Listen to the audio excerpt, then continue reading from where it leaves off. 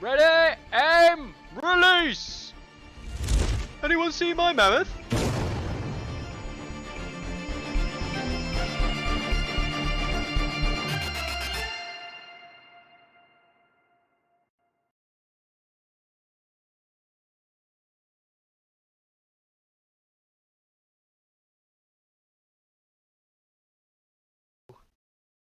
Yo, yo, yo. Forgot to unmute us there. Yo! Hello. Right. It's Monday. It's Monday at 7 British time, whatever that happens to be, which is like, yeah, weird times across the world. The only time. The only time that matters every week, right? This is the only time that matters in any given week. Name me one other time that matters more, Carlo. I can't think of anything. Not. I mean, it's a bank holiday Monday, and Mickey's managed to somehow be late, despite the fact that he's had all day to prepare. But we're not worried about that. Yeah. So, I apologize to everybody for being late. That's my fault. Turns out that some kids lit a fire down where I normally take the dog walk, so my daily dog walk just before Tourney grounds got disrupted while I had to wait for the fire brigade. Fun times. Don't we just love people? I feel like that's not actually that far away from being like our standard kind of like message to people anyway, right? People suck. Yeah. Yeah, I was going to say, like, totally expected. If you ever wonder why I always think people suck, it's because, these things happen. Everyday Exactly. life. Turns out people actually suck. Right. So, hopefully, this hasn't worked yet where we are at the moment. Right. So, we've got a lot to talk about today. We have got a lot to talk about today. The first one, obviously, is got nothing to do with Tourney grounds. Not really. I mean, it is entirely Tourney grounds related content. It is the best thing that we can possibly do, and I've also got a surprise bit for Carlo as well, in keeping with random segments that I like to add in. The CMON Expo was at the weekend, Carlo. Yep. You didn't watch it live, right? No, I was away over the weekend.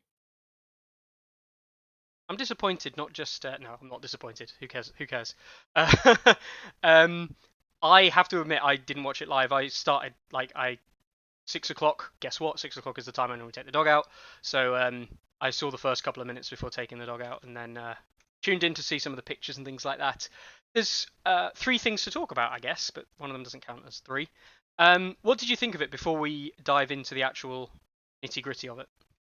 I watched it back today after I got home last night. Kind of sat around today. Honestly, it's odd because I actually, I knew that I'd missed it, and I'd seen people discussing it a bit and stuff like that. And it wasn't until like quite late today that I thought, oh god, yeah, I remember that happened. Oh yeah, I'll go and watch that. Mhm. I went and watched it, and I was a bit like, yeah, I didn't really miss much. Like I was a bit like I almost skipped like quite a lot. The first 20 minutes, I didn't in the end. I watched it all. It was only 43 minutes. The post video, even though I assumed it was going to be at least an hour. Yeah. It was 43 minutes. And the first like 20 minutes felt a lot of just like monologuing about why things are the way they are. Yeah. And and it just like, I'm not, yeah, it was just like, oh, don't you know that there's, shipping container issues, etc., etc., etc., China paper shortage, blah blah. It's like I'm not like complaining about it, but I've heard it all before. That's not what I tune in.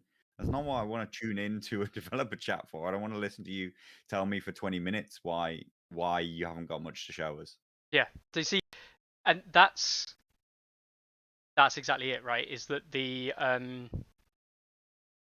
what we're being shown or whatever just wasn't that interesting in terms of like them chatting.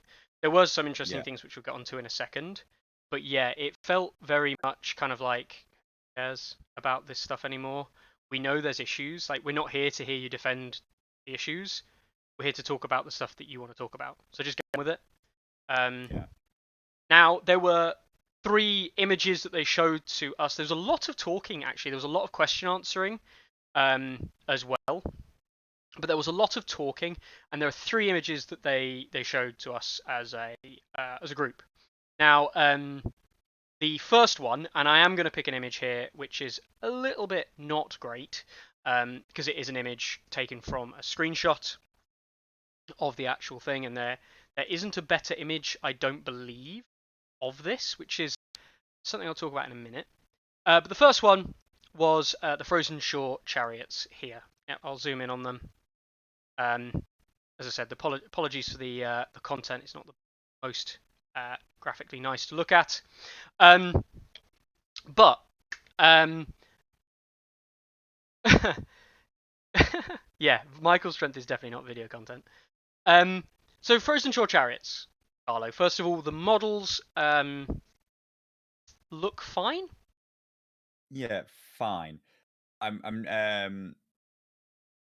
The dogs have a bit of the harakar about them, which is they're just not they feel undynamic.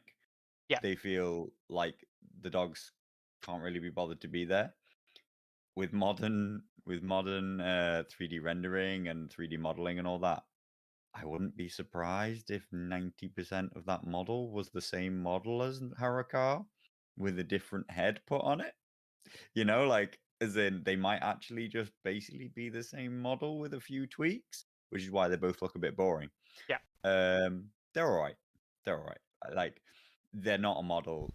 I've semi dropped Free Folk. I'm starting to wind down the number of armies that I'm interested in. I was maintaining like 6 factions. I've now decided to focus on like 3. This model doesn't make me think, damn, wish I was still doing Free Folk. No, I'm just like, cool. All right, not bothered. Kind of glad Free Folk were one of the ones that I was just like, nah, I'm not really bothered with them. Yeah, and people go mental over any new sculpts and things we see, as we see later. And this is like, this sculpt isn't amazing. Personally, I don't think this is the most amazing sculpt ever, but it's also not a bad sculpt. I wouldn't say that ever. Like, it's Yeah, not bad. It's just one of those ones which, once I've got it, I think, you know what? When I paint this up, this will probably look cool. Right now, it's just fine. It's just absolutely fine. it's fine. In the same way that the Free Folk Raiders, I think, are fine sculpts. You know what I mean? They're just fine. I wouldn't call them most amazing. Wouldn't call them the worst. I'm controversial. I don't like Follows a Bone that much as models.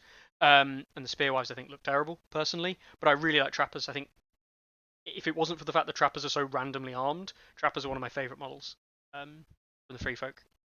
But yeah, so let's have actually look at the abilities. Now, we do not know points costs, obviously, as we know from streams. Generally speaking now, if they can withhold a piece of information that will prevent this from being played, they do.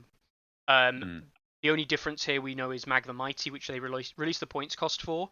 So you can run Mag as a solo, but they declined to show us his tactics deck for obvious reasons. So you can't play him as the commander variant. So they still withheld information there from full play. Yeah, Chris says it in chat there as well, which is disappointing. Is similar to the Harakar. You're going to get 2 models in a box, and it's 1 sculpt, which kind of sucks. You know, it's the mammoths, which I've got here. That, you know, you get 2 mammoths in a box, and they're different sculpts, which is really like, I'm not a huge fan of the mammoth sculpt myself, but in terms of the value you get from the box, I think it's really good value in terms of model. So yeah, they said cheap is the points cost. There was CMON said in chat, like CMON, which would be a CMON official, could have been Helena, literally said 99% they said 6 points. Right? Okay. Which, that's not cheap. Yeah, that's not cheap, and like it's actually in the chat replay. So if anyone goes on the video there, it's in the chat replay, I believe, on YouTube. Yeah, so my assumption was 5. My guess was 5. Slightly around the rules, slightly around the cheap Free Folk, followed up by like everything in Free Folk is cheap. You know, like that so heavily says, well, everything in Free Folk is 5.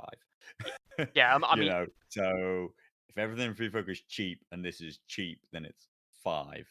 Right? I'm on the bandwagon. It could be 5. right? Yeah. Let's break it down then. So 6 move, which is great. I mean, that's like cavalry. I kind of expect that at this point. That's fine. Hmm. 4 dice on 4+. 4+ is a staple of free folk anyway, so I mean, that's just who cares? Is it a melee unit? Yeah, well, it hits on 4. There you go, done. 4 dice, which is terrible. Well, yeah. I mean, they're not a sustained combat unit in any way. No. The 5/5 stat line, which we've seen in Night's Watch, predominantly. You get it a lot in like Targaryens from their 6-point cavalry. 5/5 stat line's fine. I'm gonna come back to that 5/5 stat line later on as a free folk player and explain why that's not a good thing actually. Right, okay. Mickey's going to try and tell you why 5/5 isn't a good stat line, even though it's like the best stat line in the game. Because armor is not useful, but good morale is useful. So I'm Yes, really waiting for Mickey to tell me why this isn't good. I'll You say. know, like I Well, I'll already say it now. get it's going to have something to do with Mance and not being able to like bubble and like or whatever. But like 5/5 is a fucking great stat line, right?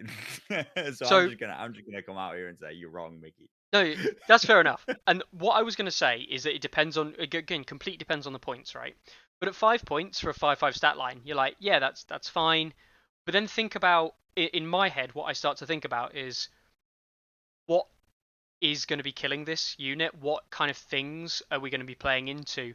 And if we talk from a competitive sense, stuff doesn't get taken if it can't deal with 5/5 stat lines. That's like, if you can't deal with 5/5 stat lines regularly, you're not taken, because that's the whole point of the game at the moment.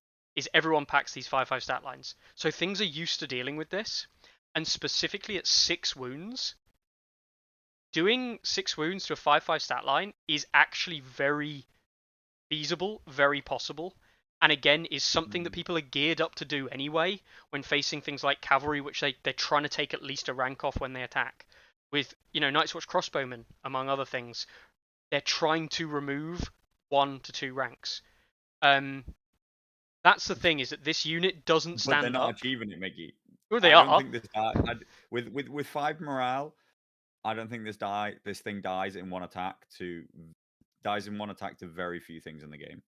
And if it's getting hit in melee, then it can retreat. If I not, just, then it's 100% about to charge you. yeah, If it is being hit in melee, it's because it's previously charged you, and now it can disengage from you, and it will charge you again at maximum impact because it has no fall off in stat line. true. I think 6 is right at the point where like you have to be a dedicated killer to kill this, otherwise it's going to dance around you. Again, we'll see. I mean, things like freedmen at 6 wounds survive a lot, more than they should, with a much better morale. Um, yeah, I'm willing to cede the point that this will probably survive 1 attack from most of the stuff you'd hope to face it. It's certainly of an equivalent points cost. I think that's the important Hmm. thing. The thing is that I already have shit for this cost or cheaper that survives an equivalent point cost attack. So, like, what I'm paying for here is the maneuverability, and we'll come on to that in a bit, I guess. Already mentioned it there. The swift retreat. It's fine. It's like coming with. It's like buying a unit of raiders and getting automatically Spearwife Matriarch in the unit. Thumbs up. Fine. Yeah, I mean, well, it's quite important for this Yeah. because obviously, it's got a horrific profile for attacks on a 4+, but Yeah. it's, as we'll come on to, it's got a huge amount of importance laid into the charge. Yes. So being able to creating a risk factor where when your opponent attacks you but doesn't kill you, they just amp you more back into a position where you can charge anything you want again. um, is very important. Like it is very important that it has that rule. Otherwise, this would be absolutely dead on arrival if it didn't have that rule. Yeah. Either that, or it's much better that it has that rather than I forget what it is. Swift attack and Oh, retreat. Swift As long Strike. as they don't have the attack and retreat rule, which would have been horrific if they did. God, yeah, that would be awful. That they retreat after being attacked means that they have to get stuck in, but they're you're not just thinking, all right, well, I'll just double tap that thing so easily and it's dead. Mhm. I think it's I think it's interesting design actually. It is. It definitely is. The deadly impact there. We've touched on it. When charging, it gains sundering, it gains vicious, and +1 to hit for each of the defender's remaining ranks. That could be Yeah. +3 down to +1. De facto, it will be, +1 against solos and things, which is kind of relevant, and kind of like a talking point in its own right. That's good. Getting Sundering and Vicious on the charge is great. Plus all 3 auto hits, like that 4+ Yeah. stat line, just like we saw with Spearwives. Spearwives getting the 3 automatic hits on the charge is very powerful. It's what turns them from being just another unit to being, like, in my opinion now, becoming the mainstay unit of Free Folk. Like, if you don't have at least 1 unit Spearwives in your army probably could be better. I've only just thought with the Spearwives rule, just because you mentioned Spearwives, and then it just popped in. I hadn't thought about it until right now. Just popped into my head. Are these a valid target for coordination tactics? No, because they're not an infantry unit. Cool. Good. Yes. No. If this was an infantry Because unit, coordination tactics on Spearwives is already fucking stupid. nasty as hell. Like, if And if this, you could just be Sundering Vicious and D3 and hits equal to their ranks on the charge, and imagine if you could then give it to Spearwives, who are gaining hits based on how many ranks they have and hits based on how many ranks you have, because they would stack because they're different rules. But so thank, six dice with 6 auto hits and Sundering and Vicious. yeah, That would no be thanks. horrible. Yeah, no, that would be ridiculous, 100%. Yeah. So I think this unit has some play at 5 points. yes. That's thing all I'm is, willing. Like that's where I'm willing to put it right now. the thing is, there's rumors that this is 4, and if this is 4 points, like, I'm just gonna Okay, take 1 so at least if we're 4 just from point my army. own listening, like there was talk about it being spammed because it's not limited, right? Yeah. And then Michael started talking about this theoretical army. He was sort of talking about 40 points, and he said, "Oh, well, your commander's going to have to go in a 4 point unit, or like he was like, oh, let's pick trappers, picked a 4 point unit, right?" And then he started saying, "Oh, maybe we won't even have any NCUs because we're just gonna, throw loads of them on the board." That's my guess at why. Like that was the first thing that made me think, why has he picked a 4 point unit? Left 36 points. The only thing that divides 36 points is 4 points 9 times. Or 6. 6 Or dice. six times. But really, they're 5 points. Come on. If they're 6 points, they're overcosted. If they're 4 points, they're criminally undercosted. Yeah. Funnily enough, that means you're 5 points. Yeah. Yeah. Like, The math checks out. yeah. And we're back to this idea that at those point categories, I still just don't think that there's any other options, and they're really, really blunt point categories like 4, 5, 6. Like there's so little leeway in there. You really do want 4.5 and 5.5 to be able to create the subtleties that the balance requires. But yeah, surely 5. Surely.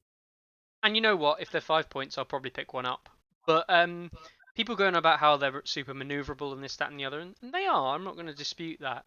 But thing is, 3 auto hits plus 4 potential dice, sundering vicious on the charge, but with 0 synergy from the rest of the Free Folk Tactics deck. Like, there is no healing on this unit. You don't have anything that does anything for this unit aside from, like, the standard stuff you've got anyway, like Val, like your this, that, and the other, whatever. Gang up still works. You can use overwhelming assault, that still works. For the extra keywords, like you take the +1 to hit, or maybe you take crit blow. And gang up for extra dice and +1 to hit, yeah, great. But the thing is it doesn't synergize. I mean, those things synergize already, so this doesn't add any extra synergy that we haven't already seen. So as a result, I'd probably only take 1. Yeah, If I was what going I to was take 1. confused by was there was this quite long discussion about the fact that they were chosen to be war machines specifically, Yeah, and the synergy that that had with the deck. which is 0. Like, yeah, exactly. Like, it seemed like they weren't willing to say like it had to have no synergy. They seemed to want to say that it did have synergy, but I was like, you have no synergy for that keyword. So is there something that you're hinting at? Are you trying to say it almost seemed like they were trying to say that Mag the Mighty is gonna have like some kind of war machine deck? And it's like, well, no, he has a monster deck. And you distinctly say that you chose not to make it monster. I don't know if basically there were broken combos in amongst the Mag deck. I've not actually bothered. I'm not bothered to read those cards. It's possible that there was and that they've avoided it, but it does feel like it at 5 points. I think it has some value because of the ability to just maneuver and reposition and get to where you need to be. But they also seem like a bit of a cut rate unit of Spearwives.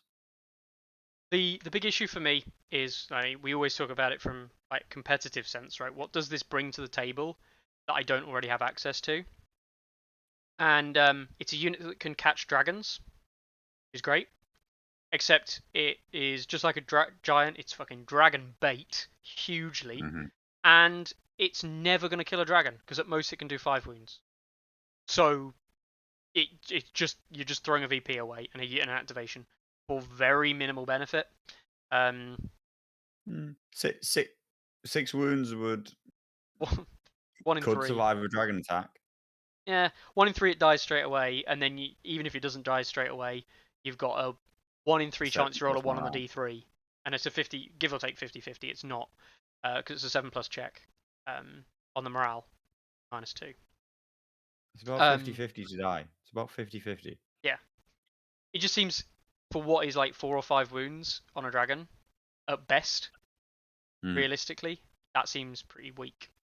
And yeah, and Carl says like we're talking about a really nice finisher, but like it's anti-synergistic with being a finisher because it causes not very many hits when you're on low ranks.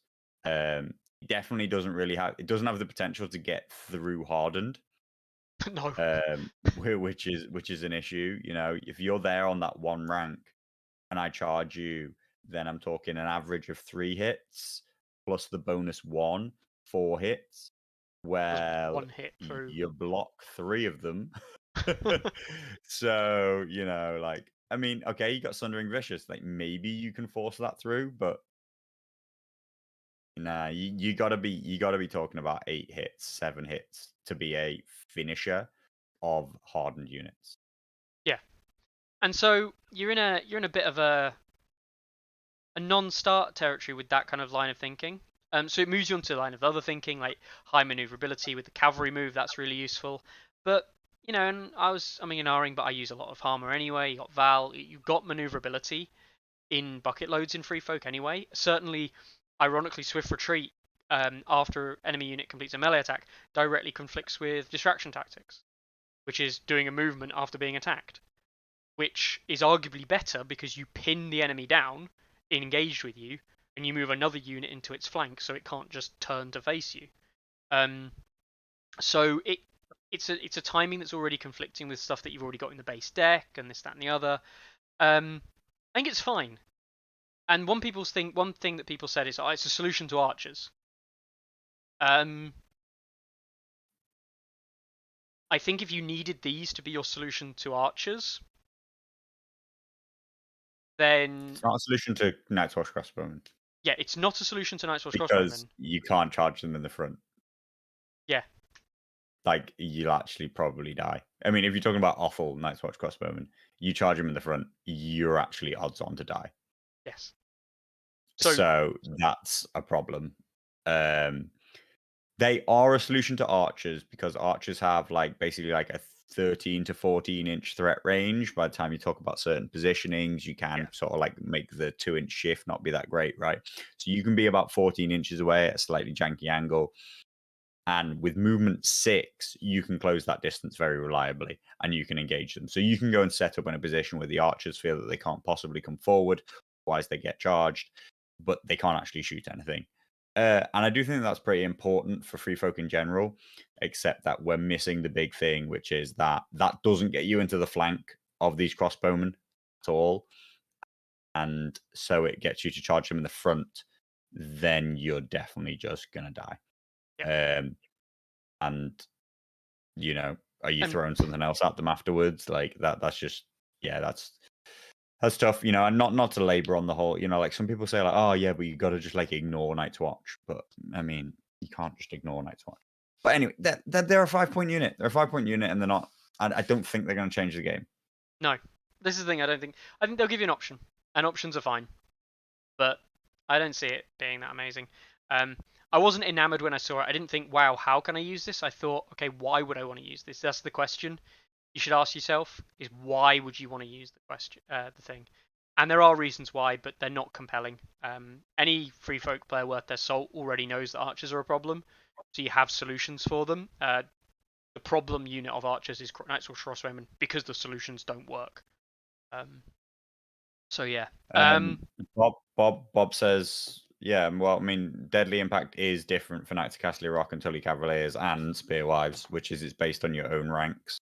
Yeah. But well, it's not. There's like. If you're talking about it having the same wording and should be different, well, obviously it should be different on this because it doesn't have ranks. Yeah. But yeah. Why does Chanel look like a Disney villain? I don't know. I think his deal at the moment, right? Yeah. Maybe lockdown just hit him hard, guys. Not everybody survived it with their full mental capacities intact. I'll say that for myself included. Oh god, yeah. Definitely. Right, we'll move on to the next unit, and this is a unit that Carlo's infinitely more excited about because it's from one of his favourite factions in the world. Night's Watch. We've got Ranger Vanguards. Now, we've already seen Vanguards because they were in the elite documents and they were basically unchanged. So it's a 6 movement cavalry unit on 3 plus with 7/5 stat line, which is fairly standard for a 7-point unit. Which, Carlo, do we think this is a 7-point unit? Surely. I wonder why we think this is a 7-point unit. Is it because all of the other units with a 5/5 stat line and a cavalry and the equivalent dirty dirt in Night's Watch are 7-point units? Yeah, this is a 7-point unit, and it's got the 5/5 stat line. We just talked about that. It's cavalry. We just talked about that. It has ambush, so you get the panicked weakened, similar to what I think Stark Outriders used to get. I don't even know if Stark Outriders have any. Anyone use Stark Outriders anymore? I don't know. Zorse Riders used to have it. I think Stormcrow Dervishes have it now. And then you pay for Outflank, which is, generally speaking, one of the worst keywords you can pay for, one of the worst abilities that you can pay for in the game right now. Yeah. I like the sculpts. Sculpts are wicked. They actually look like phenomenal. Sculpts look good, which is a little bit weird because they started. They were saying that like I couldn't work out what part he meant, but he was like, "This unit has been in the game since the Kickstarter," and I was a bit like, "Not those sculpts. They're modern. They're modern A Song of Ice and Fire sculpts because the artwork, modern units are generally speaking better." The artwork has been, because the original... that guy right there on the horse, you mean on the card? Yeah, that artwork was in the original rulebook. Yeah, I semi-recognize him. Yeah. Yeah. Which is he's the second sculpt in on the screen as well. So yeah, I mean, these models or these ideas, like, they have been around, but like to say that these models have been around is a bit... No, they've definitely just sculpted that based on the artwork. Yeah. I don't know. Yeah, I don't know. They were obsessed with the fact that they say Ranger, and that like we should be absolutely losing our minds over what Benjen's going to be, basically. And I was like, cool story, bro. Is he stronger than Othel? Was he like even if he's not Carlo? Why would I run Vanguard when I've got access to Hunters? Hunters Yeah. being one of, like, if crossbowmen aren't the most negative play experience of the 7-point units from Night's Watch, then Hunters are up there, right? Yeah. Also, I mean, so there was the implied not and then completely spoken that Benjen mounted commander is a thing, right? Because you can have a 100% outflank army by having, therefore, a mounted commander in one of these units, plus what, 3 others of these units, unless Benjen's maybe a tiny bit like Old Brendan, where he lets you outflank another unit on top of yourself. But why? But honestly, they were just talking about the fact that, hey, wouldn't it be stupid if you lost the game because you didn't have any units on the board? And I was like, Yes. yes. Great. Great. Quality I feel like you're content. just trying to head off an FAQ question before it even happens, because why would you need to bring that up? Can I just point out, if someone did that, it would take you, like, the best part. Like, I think you'd actually be insane, because, like, if you had one unit on the board, I'd be like, whose turn is it first? Who's going first? Oh, right. So if I'm playing anyone but free folk, I baelish the horses and do whatever I want with it. And if you're first, you're going to take horses. Otherwise, I'm going to baelish the horses, and you'll never bring your army in. Like, it's just stupid. Yeah, so what's weird? Yeah, Carl's asking, so what is weird about is that Benjen was on foot, right? But Yeah. Cold Hands is on moose. Yes, elk, No, technically. Yeah. whatever. Moose. um Cold hands on moose. That's got to be the Cold next Hands on intro video. moose. I've got to do a new intro video with that. Jesus. Uh, Bruce says Benjen has 4 versions. Yeah, so I can believe that there's maybe on top another one. Yeah, I don't know. I don't know if they're honestly they troll a lot, so it's hard to read between the lines of truth and troll. Yeah. Bartender in chat there saying, if these are a 7-point unit, you'd like Stark Outriders it on a 3 again. No, Bartender, you don't understand. These are Night's Watch units. They get what they want. You're a Stark player. Go away. Take Hardened. Just go and play with that. No cavalry for you. So, these guys are fine. Like, they're absolutely fine. I just don't know why you'd ever really play them. Like, one thing that Night's Watch haven't been in need of is cavalry that much. Like, they actively don't take trackers. Like, if they needed cavalry, they'd take trackers, right? Yeah, It's not that bad. You know, they have access to flayed men and stuff, and they don't use them really realistically. I know that that's to do with the vows and stuff, but like flayed men are just already a hyper efficient unit. And the stupid thing is, going back to, like, why outflank's bad. I know this comes up a lot. Like, why is outflank bad? Well, first of all, it's a huge tempo hit. Like, it's a value play, not a tempo play. You bring on another unit in the rear, has a huge amount of value to you, but it takes tempo to do so. The big issue with tempo plays is that some factions, if you play value plays all the time, they can never regain tempo. They constantly lose tempo. The reason that Baratheons for so long have sucked, because they actually have very few tempo plays. So they just get out tempoed and they lose the game. It could be broken down more complexly. We could talk about it for some time, but that's the long and short of it. These guys are a low tempo play. Now, the only difference is that Night's Watch have a lot of value already, so you can afford to bring outflank in Night's Watch. But the factions you're going to be playing against it, or wanting to do this again, are low tempo factions, like Baratheons, who you already shit on. Yeah. Greyjoys potentially, but even then, it's not great. You already beat Greyjoys. Like, neutrals. Well, they're not a faction, so who cares? We talked about Baratheons already. Lannisters. Well, yeah, okay, outflank against Lannisters might be alright. But if you're running cavalry, do you really need to outflank them?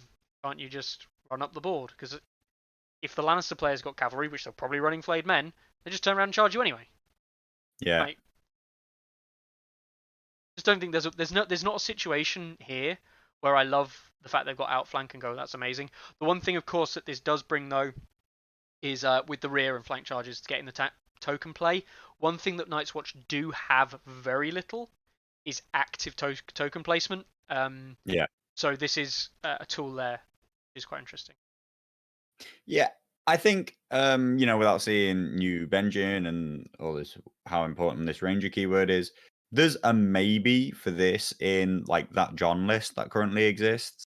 That John list with John in Rangers and this and that, and it's the more maneuverable, aggressive list. And it doesn't really want to fight you front on that much. It has a lot of tools right now to attack, retreat, get into flanks. But if it could also do that while threatening to constantly just appear behind you, it could really start to pull armies in a lot of directions. Yeah. But that is like a specific list where I'm like, I think that sees some competitive play at 7 points as an option. Yeah, I mean, the only other thing I can think of here is running into like the pikeman style Targaryen lists, very static pikeman stuff, getting behind them, negate shield wall completely. Yeah. Maybe Stark lists as well, as similar kind of theme Stark lists that go for the Tully shield style stuff. But the problem is here you already shit on Starks if you need to, and those pikeman lists already get absolutely obliterated by the awful gun line stuff. Yeah. So yeah. Not much to say there, really. Miguel's right. Why do we care about this unit anyway? 7 points. 7 points, and it doesn't work with Othel, so who cares? Hang on. Are we going to get a builder cavalry attachment that gives out the builder keyword? Imagine these guys with vicious and +1 to hit, and +1 dice, and +1 dice. And you're weakened if you fail the tech, which is pointless because you're weakened anyway. Right, so should we move on to the last image? So the last image, as posted on the Facebook group by Simon Swan.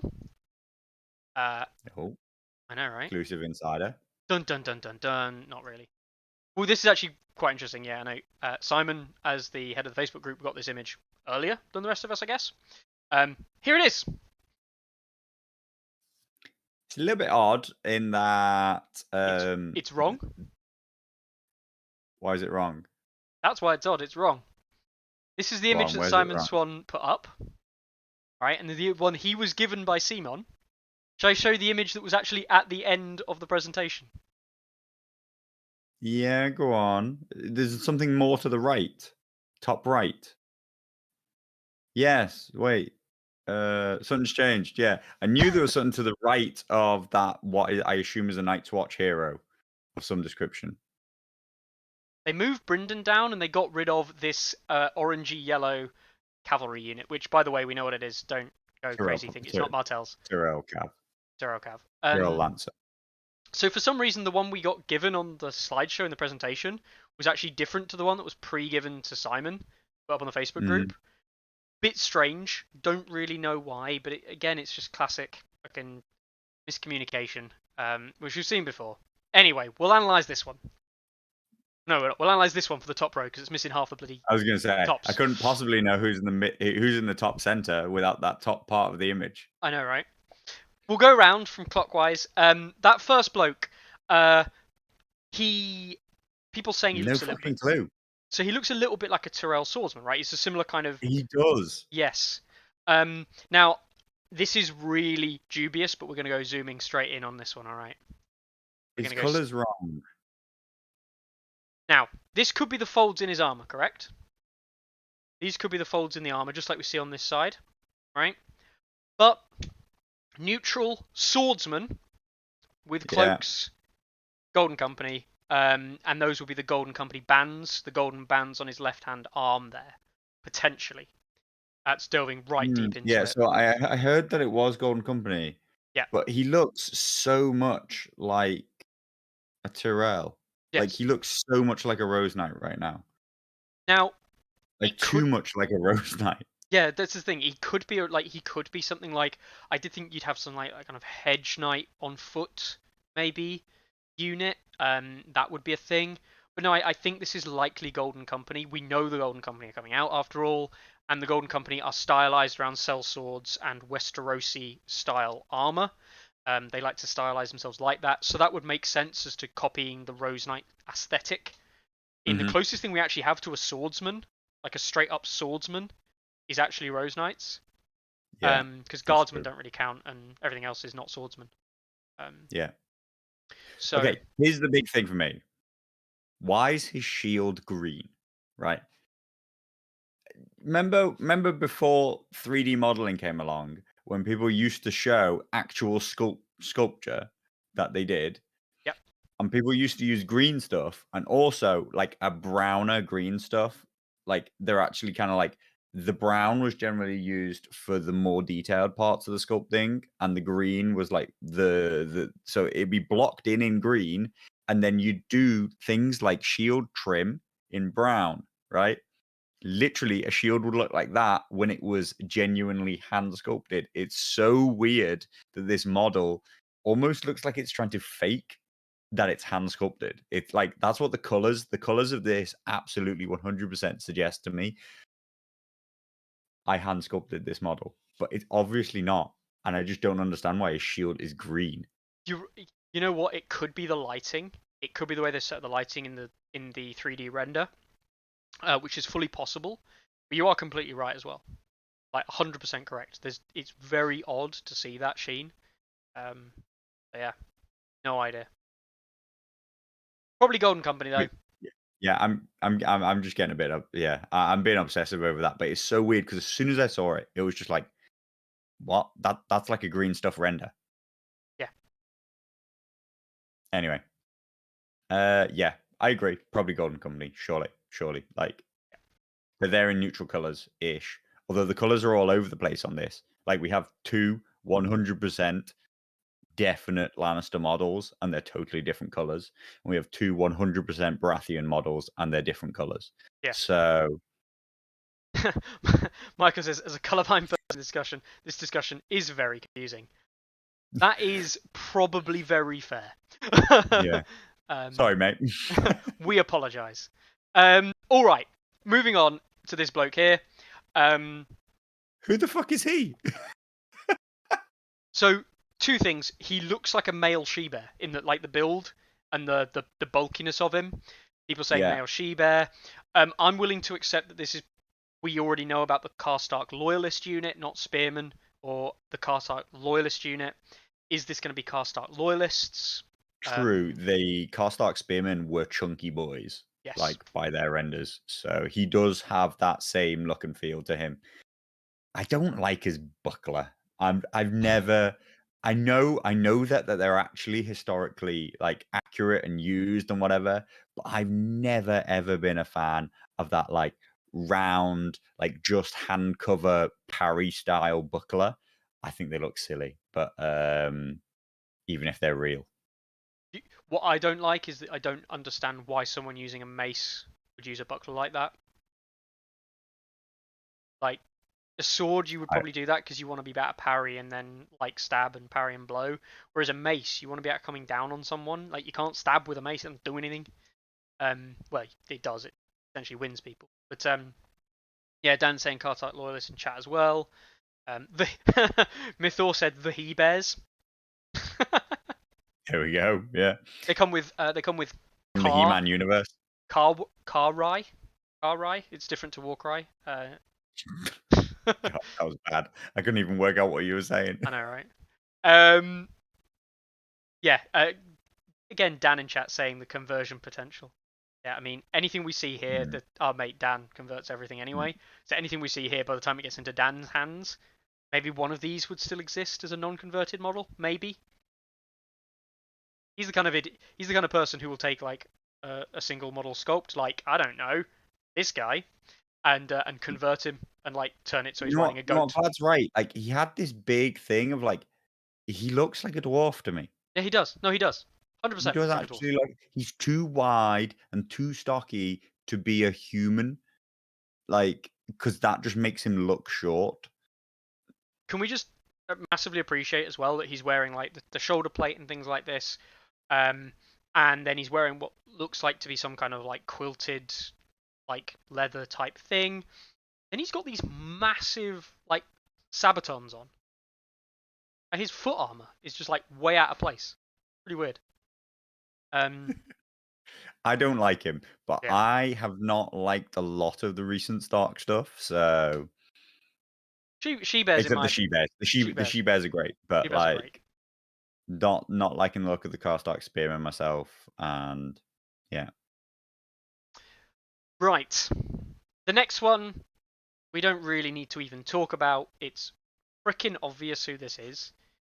This is the infinitely long, infinitely fabled final getting there. Maybe he'll come out this kind of quarter release of. Mounted Jamie. Oh, damn, you took it out of my mouth. I was gonna say mounted Tywin. Oh, damn it. Damn it. Mounted Jamie went. I mean, you can even see the dogs on his chest. It's obviously the mountain that rides. Nice sculpt. Hey, Carlo. Enough that I want to paint him again, even though like I have everything Kickstarter wise, and I have alt sculpts and main sculpts, and I just pick one of them. I don't bother to paint them both. But this guy's better than the current mountain that rides, which is not surprising.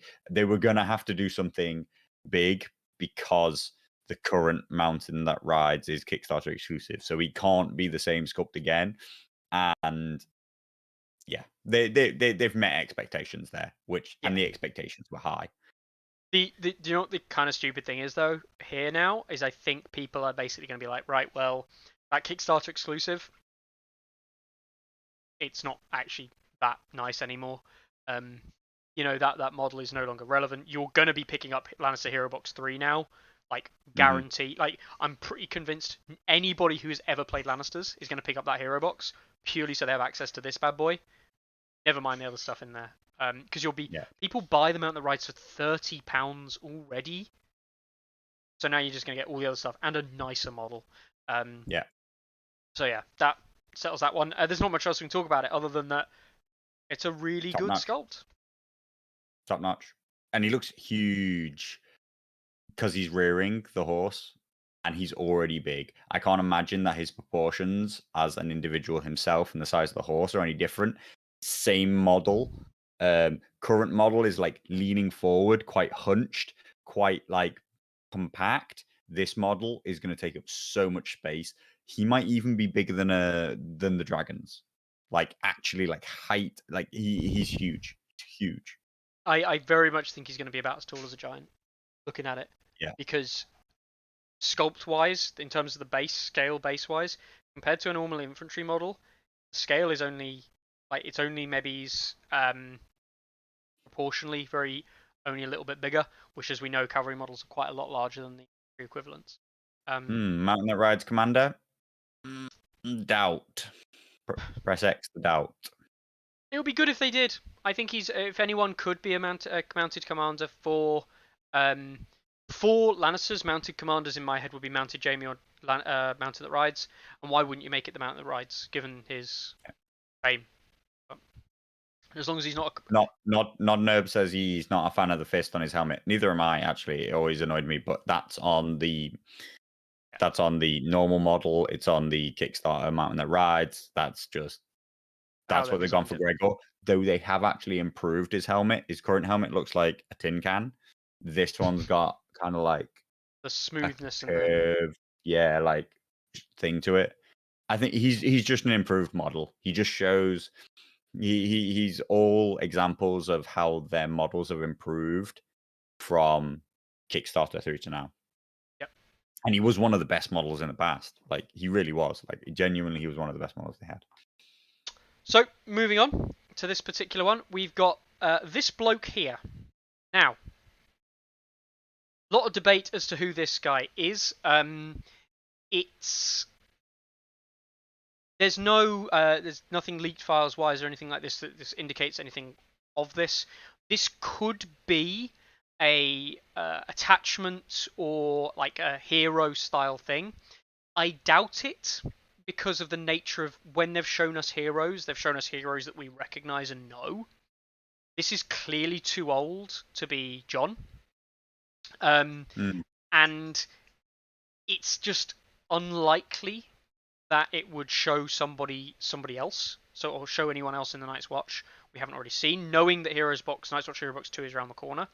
It could be someone like the various commanders like Eastwatch or things like that. Again, I think unlikely. They're not huge characters anyway. Any of the lore nerds in the chat Where's know Elite of Teddy? anybody in the Night's Watch who is ever mentioned to fight with a spear? Yeah. Like, is there any character who is known for a spear? Because that is such a defining feature of this model, which feels so out of place with the rest of Night's Watch. Which brings me on to what I think they're more likely to be. And not necessarily Night's Watch pikemen, but stewards. Night's Watch stewards unit, which starts to make a lot more sense. We know that there is a defensive unit supposedly coming out that is more defensive than veterans. So would it not make sense for it to be the stewards, or it could even be a builder infantry unit? Yeah, everybody got caught up on this idea that Ranger Vanguards could have been that unit, and then didn't like remove those two pieces of information away from each other once Ranger Vanguards turned out to be cavalry, right? So, you know, like, yes, I guess there is space for there to be a defensive spear pike unit of stewards or builders. Yeah, I think it's most likely going to be that kind of route. Yes. Yeah, I can't see him as a character. No. Could be an attachment, of course, but Bruce is right. Like, when I first saw him, what I thought when I first saw him, my first thought was, wait, is he in the wrong color? Because he looked like Free Folk John. Like, you know, like that was like my instant gut reaction. My instant gut reaction was, is that Free Folk John? Like, is that John after he joins Free Folk? Could be. Was my first, just because of like what he's wearing. He looks a bit tattered. Like, he looks too old. The facial expression. He looks too old and gaunt for John. That's the thing. Yeah. That's what made me think stewards as well, because I get the impression that this bloke's older. I get the impression he's been around the things for a life, but it could be, as I said, Eastwatch by the Sea unit, or what's the other place? The Dark Tower? Is it not Dark Tower? Shadow Tower. That's it. Yeah. So yeah, it could be either of those. Not much really to go on there. Says Night's Watch Seaguard Defenders. I don't know if he's making the same connection as I am, but like Lotharian Seaguard, they're gonna have bows on their back and spears out front. They're gonna be long range, shooting in multiple ranks, best attack profile you've ever seen, and set for charge. Like 7 points. Just be like, yeah, 7 points builder. Yeah. Seems balanced. Right, moving on. We've got this one on the left. We'll get onto the one on the right in a second. There's no bones about this. People saying this is like Aegon or young Griff or anyone like this. No, this is obviously Jaime Lannister. This is to the point where I'm actually convinced enough to say this is Jaime Lannister with the Lannister style shield that we're seeing on the Sentinel Enforcers and things like this shape. This is Jaime Lannister, and this is the Lannister starter box version resculpt of Jaime Lannister. Convinced. That's how sure you are. Because I mean, like, why is there a new Jaime? Because they're releasing a new Lannister starter box. Okay, and I'm on board with that because there's no other reason to have a new Jaime. There's no other reason, and he is actually a modern revamp of Jaime the Young Lion. He has the same shape, shield. Actually, I'm going to say it's not the shield that you see in the Sentinel Enforcers. It's literally the shield that you see on Jaime the Young Lion, which just has a massive lion on the front. Yeah. and he has the same armor with like these yellow swirls on. Yeah, it is Jamie the Young Lion in a much newer, better pose and sculpt. Yes. Someone saying convenient place rock. You can't have a cool character without conveniently placed rock. That was the old 40 or fantasy Warhammer thing, wasn't it? Every character had Yeah. a rock on the base, standing on. Yeah, I'm convinced that this is Knights. This is Jaime Lannister. The reason I say that is I don't think you'd see like there's nothing in Targaryen which would indicate this unless you're talking like Aegon Targaryen style like weird and wonderful stuff. That's not required. It doesn't make any sense why that would be like the shape there. There is some indication, some people saying with the release of House of the Dragon that this could be some kind of like Blackfire Pretender Rebel style versions of back when the Civil War. Damien Blackfire or yes, blah blah blah blah blah. Rhaegar Targaryen and things like that. No. Yeah. Because the game's just not set then. It wouldn't make sense. But it is in a different coloured red to the Mountain That Rides, which is just kind of annoying. Yes, exactly. We're back to that odd colouring. Yeah, for me, it's Jamie. And that leads to the question of why are you doing a Jamie? And to me, the only answer is because you're doing a Lannister starter box. All of that, checks out. Yeah. Yeah, it's probably not Lancel. I think Lancel would have a much more. I mean, he's way too epic to be Lancel. Plus, Lancel will have the poor. If you're going to make Lancel anybody, you make him the poor fellow variant, when it's like the Warrior Son variant of Lancel, not the pre-thingy Lancel. No one gives a shit about that. Right then, this next one. If anyone has been listening to anything I've said over the past couple of weeks in Hardhome, no, of course not. I said I bet there's Bear Cavalry coming out. I bet Bear Cavalry is going to be a thing. Oh look. Did you just bet that, not based on leaks or anything like that? Yeah. Yeah. Just. Well, the reason I said I bet Bear Cavalry is going to be a thing was because, let's face it, they like giving us random monsters and trying to make them into things. We don't know if this is a cavalry unit, but let's face it, it's probably going to be a cavalry unit. And it would make sense to give them cavalry because we are still yet to have a cavalry unit, which means Rattleshirt's card that give +1 armor to infantry or cavalry is still completely irrelevant. This has got to be a Bear Cav unit with maybe some kind of like spear style effect like we see in the Chariot, maybe, or in the Spearwives. Spearwives on the back of bears, classic. I feel like right. it's got a throwing attack. Because why else have you got 5 spears? Yeah, probably got a throwing attack. What's the bet that it comes with coordinated assault? Throw the spears, then charge with the bear. Yeah. Cavalry version of Spearwives. They're all right. Yeah. There's something. When you describe to me Bear Cav, it's like so epic that it almost can't live up to the hype. So the only other Bear Cav that actually exists, basically, right, is Kislev Boris on bear. That is like the best model that was ever made.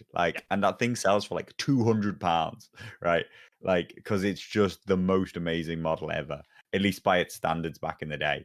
And this thing is okay. It's all right. It's good. It's probably better than the Chariots, model-wise.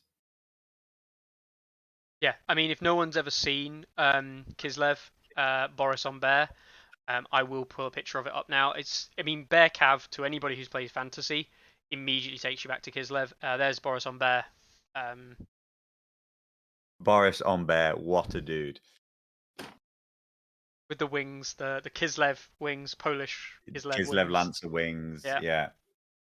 Not inspired by Winged Hussars or anything like that. Directly inspired by. But yeah, this was iconic. Bear Cavalry for years was associated with Kislev. For those of you who are interested in Warhammer and the kind of genre in detail. Of course, you've got Warhammer 3 coming out soon, Warhammer Total War 3, which is focusing around Kislev. So you're going to get bear cavalry back then. Why wouldn't you ride the hype train when you've got bears anyway in Free Folk, and you've got like Varamar Sixskins, who's known for riding his bear? Why wouldn't you just totally just take that and go with it, right? Absolutely. What is this? Just a general wargaming channel now, Mickey? Come on, let's talk about song. Sorry, back to song. But yeah, it's bear cav. You know what? If it is 16 wounds, not 12, Mikkel, I think that would be an interesting way to take it, like changing up the way that like standard trays would work. For 8 or 9 points, you know what? I'd love it.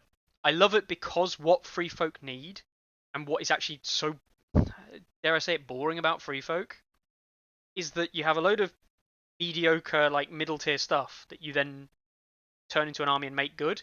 But there isn't actually really any chance, aside from really the Mag and the Giants way, there isn't really a chance to take these big units. You know, if people want to run 3 units of Champions of the Stag or 3 Flayed Men, that's a thing you can do in other armies. Not 3 Flayed Men unless you need, right? Which aren't a faction, so you can't do it. You can't do that in Free Folk. I'm with Fritz. I'm with Scout. No way do they break the 12 wound. No. 12 wound per tray per tray model, shall we call it? Yeah, like hugely unlikely. Hugely model hugely of unlikely. the game. Way the game interacts. But there's nothing stopping them doing it. That's the point. Like, if they want to experiment with that, they can. And, you know, for 8 or 9 points, you know what? Like, even if I don't take them, I'd certainly own a unit of them. They might be crap. But I like the fact that it gives open for people to build different lists. One of the big criticisms from a non-competitive standpoint that Free Folk have, there are other factions like it as well. All your lists look actually fairly similar. Like the Greyjoys to some extent see the same problem. Okay, they haven't had many releases, but all their lists are very kind of like similar, kind of like builds really. Baratheons see variation, but they're all crap. Neutrals, all neutral builds are like some 5-point units of infantry and some cavalry. Done. There's not really any variation for them.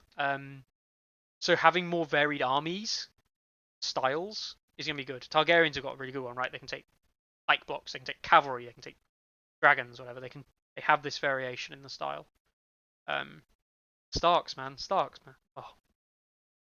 I run some wolves, but some infantry. Or some cavalry. And that's it. I don't know. I just feel variations off some factions. Okay, but that's internal balance being off. Yeah, it is. It's definitely. You can still field that. You can still, Free Folk can field entirely giant armies. They can field entirely horde armies. They can field elite infantry armies. You elite just don't infantry? What yes, Bone Lord's Chosen. You can pack up on 7-point infantry. Your 5-point units with loads of attachments in. You can go for characters. You can go for all sorts of stuff. You can put skin changes in units that already have attachments. No, you can't. So you can field. You can't do that. All right, whatever.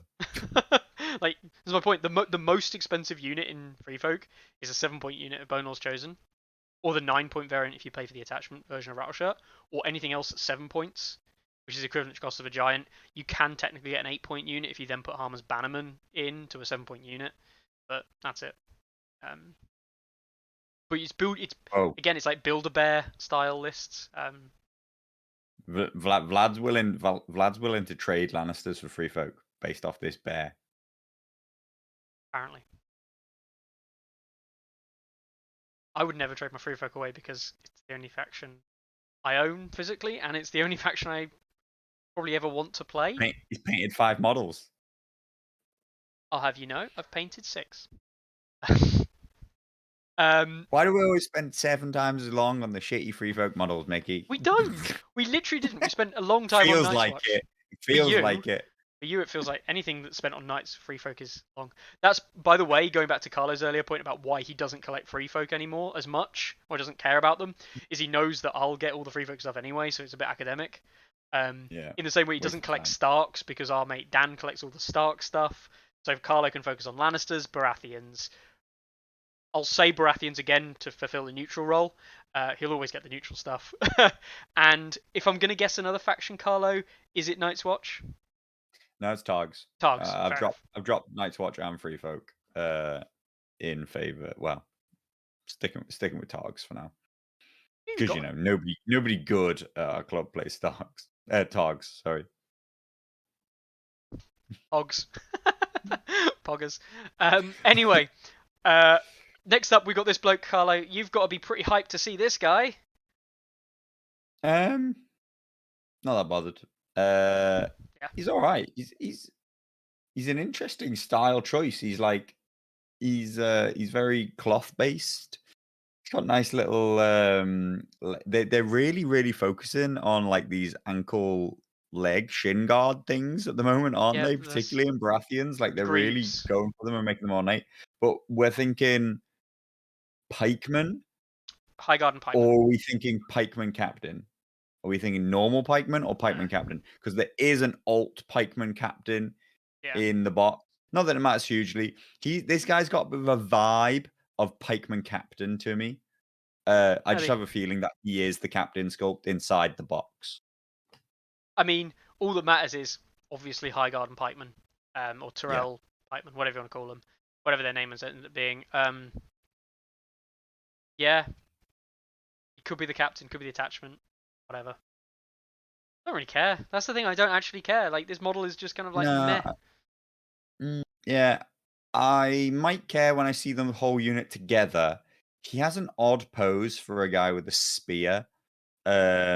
Yeah, He's not pointing at you. and I don't really. So that's partly why I want him to be the captain, because I don't want 3 of him in a unit, like, or 4 if it ends up as being like a low sculpt unit.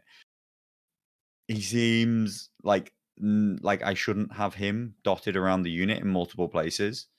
So yeah, not like yes, nailed it. Just kind of like okay, fair enough. Average, just like another one of those average ones. Yeah. Yeah. There's speculation as to what this unit does. It was in the leaks, the unit, so yeah.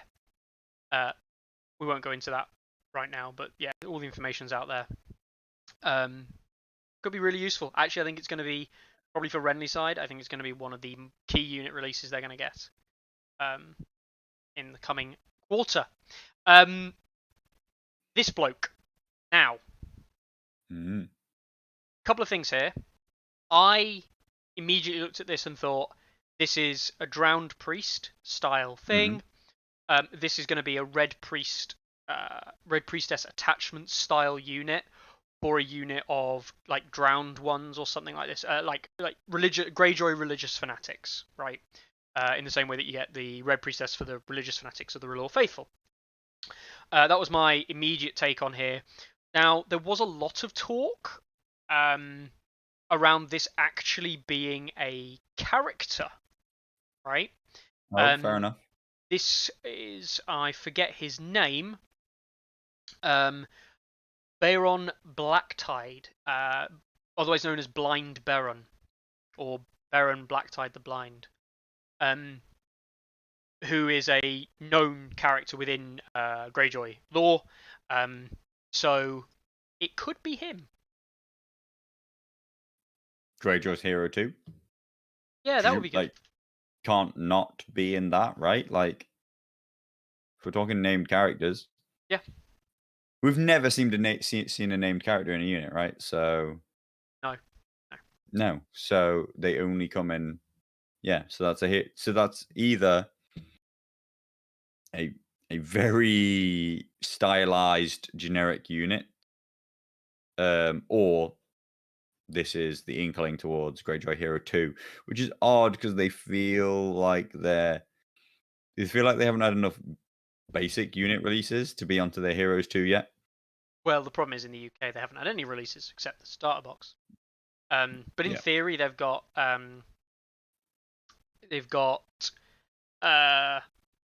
trappers, bowmen, reavers, reapers, iron makers, and silence men when they come out, right? So they've got 6 infantry units to choose from, which is actually fairly not a terrible selection of infantry units alone.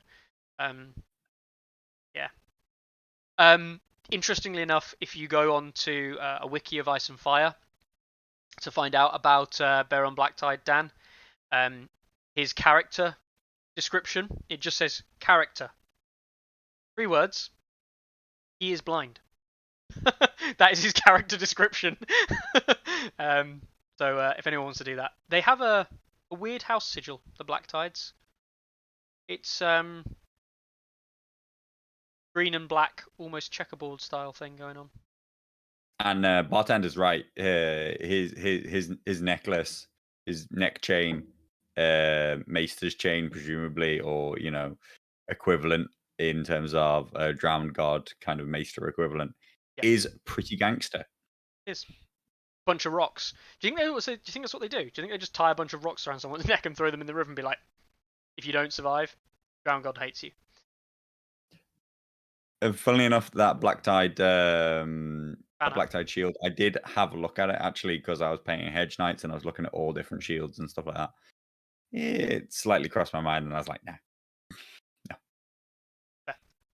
Right then. That takes us to this bloke here, who is Stark. Bloke. He is Stark. Is he Brendan? Surely he's...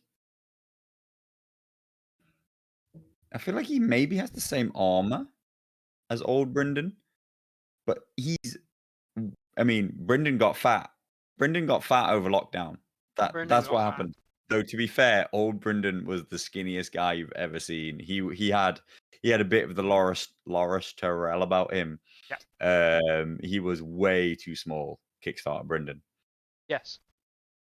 Now, what's interesting with this particular Brendan, I will get up the other Brendan image just so we see it here.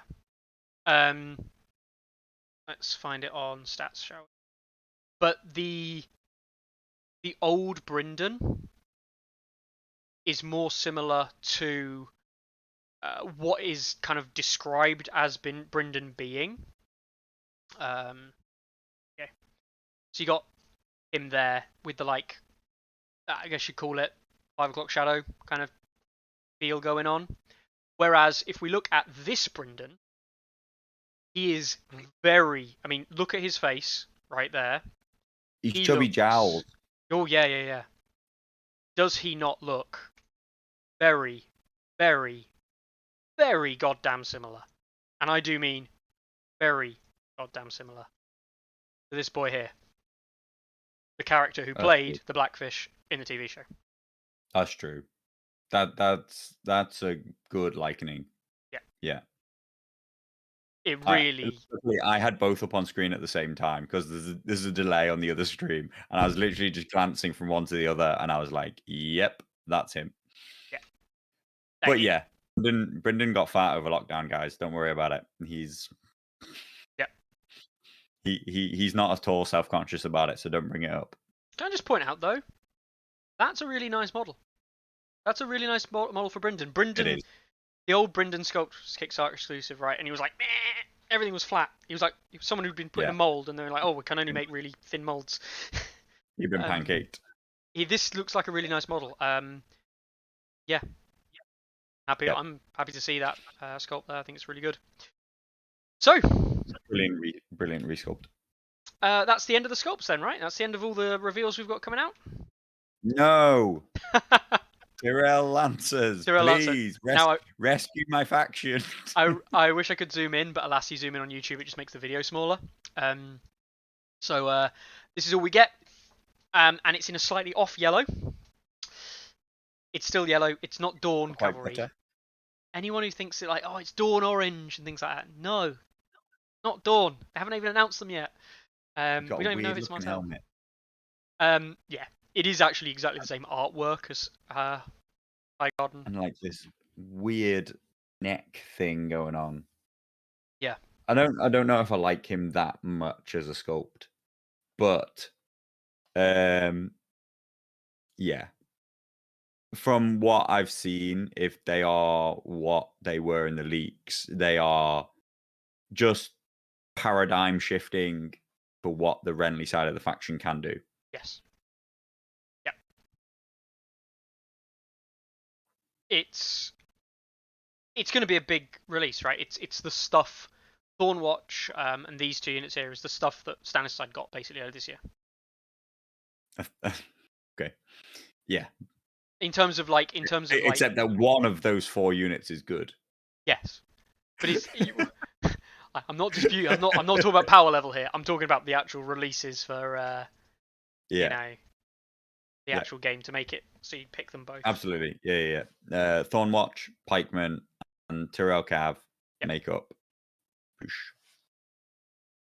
are Kingsmen, Queensmen, and Lightbringers. Yep. They're all right. They're all right.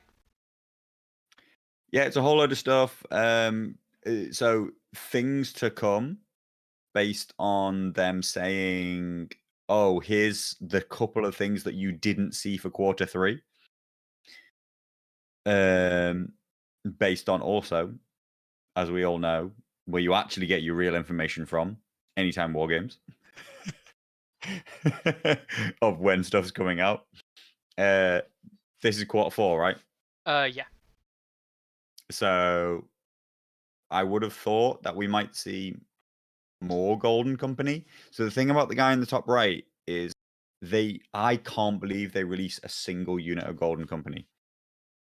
No, they're going to release the 3 units that we know about: the elephants, the Gold Company crossbowmen, and the Gold Company swordsman. That's actually the thing they're called: Golden Company swordsman. Go figure. Yeah. Hence the reason I'm pretty sure that's Golden Company. Yeah. Yeah. True on the 5-up save, Fritz, but can't have everything. Or anything. Just be happy that there's some maneuverability and they're not super expensive. Like, that is already just game changing as far as Renly side of the faction goes. Yep. So that's the reveals. The rest of the chat, there was some questions answered. There's some various bits and bobs going on. They memed a lot, as we said. It was all right. I listened to it back afterwards, and I didn't feel that enamored by a lot of what they said. They randomly, there was discussion about White Walkers. I believe came up, right? They did talk a little bit about like the not the Night King and White Walkers per se, but it was like alluding to the idea of the White Walkers and things, which has got some people thinking that might be the next faction, but we're all pretty convinced that Martell's is the next faction at this point, even though they haven't said it yet. All in all, it was actually quite a low amount of spoilers in terms of we saw a lot of these, but actually we didn't even get names for these. So if you names, you're not clued up, you don't know what these are. 2 unit cards front of, and some sculpts, and that's it. So by comparison to what they showed, for example, last year at the CMON Expo, way down on that. Which is why I sort of it felt like they spent 20 minutes telling us kind of why they had excuses, why they weren't about to show us very much stuff. Yeah. It's all right. It's good. I mean, we spent an hour and 20 minutes talking about it, so it can't be that bad. So yeah, it's the Rally the Troops event that happened on CMON's Expo event, available on YouTube. The CMON link there. Let's have one last little at. Question here? Is it a question here? Is the idea that eventually each faction would get a war machine, or would some never end up with war machines for thematic or gameplay reasons? Questions like that, which we love. Anyway. Tournaments, Carlo. Tournaments. You were at a tournament this weekend, weren't you? I was at a tournament, not a Song of Ice and Fire at all. No, but it was a Nationals level event. It was a Nationals level event. I'm not going to lie, they didn't... Did they give CMON level of support to national level events? Probably not. Not really. I didn't come home with a massive fucking Warhammer, I'll tell you that. No. you came home with a small medal. Alas, how many players was that? Was that a couple of hundred players support wise? So yeah. Yeah, so obviously loads of people in the chat know I play Ultimate Frisbee. I played at Nationals at the weekend, and I am now two-time national champion. People might actually, well, two people in the chat might care. It means that I will be playing at Cincinnati World Ultimate Championships 2022, mid-July. If anybody else knows what happens, roughly speaking, in Cincinnati in July, it's Gen Con. That means that I will almost guaranteed be going to Gen Con next year because they are actually a week apart. So I'll be in the US next year to play Ultimate, and I'll be going to Gen Con. So, hey, if you want to go to Gen Con, I'll be there. Yep, that's that's the important bit of news. I didn't realize it's Cincinnati. Again. Randomly. Yes, again, because of COVID. Yeah. They decided to just keep it in the same place. Makes a lot of sense. It doesn't make any sense whatsoever. Anyway, right. So Carlo potentially going to Cincinnati, heading over to the US in 2022. Which means that any of you guys over in the US, if you've got no friends and you really need to meet Carlo instead, first of all, don't do it. He's an idiot. He's a crap guy. He's a terrible human being. And second of all, he'll be at Gen Con, so don't go. Absolutely.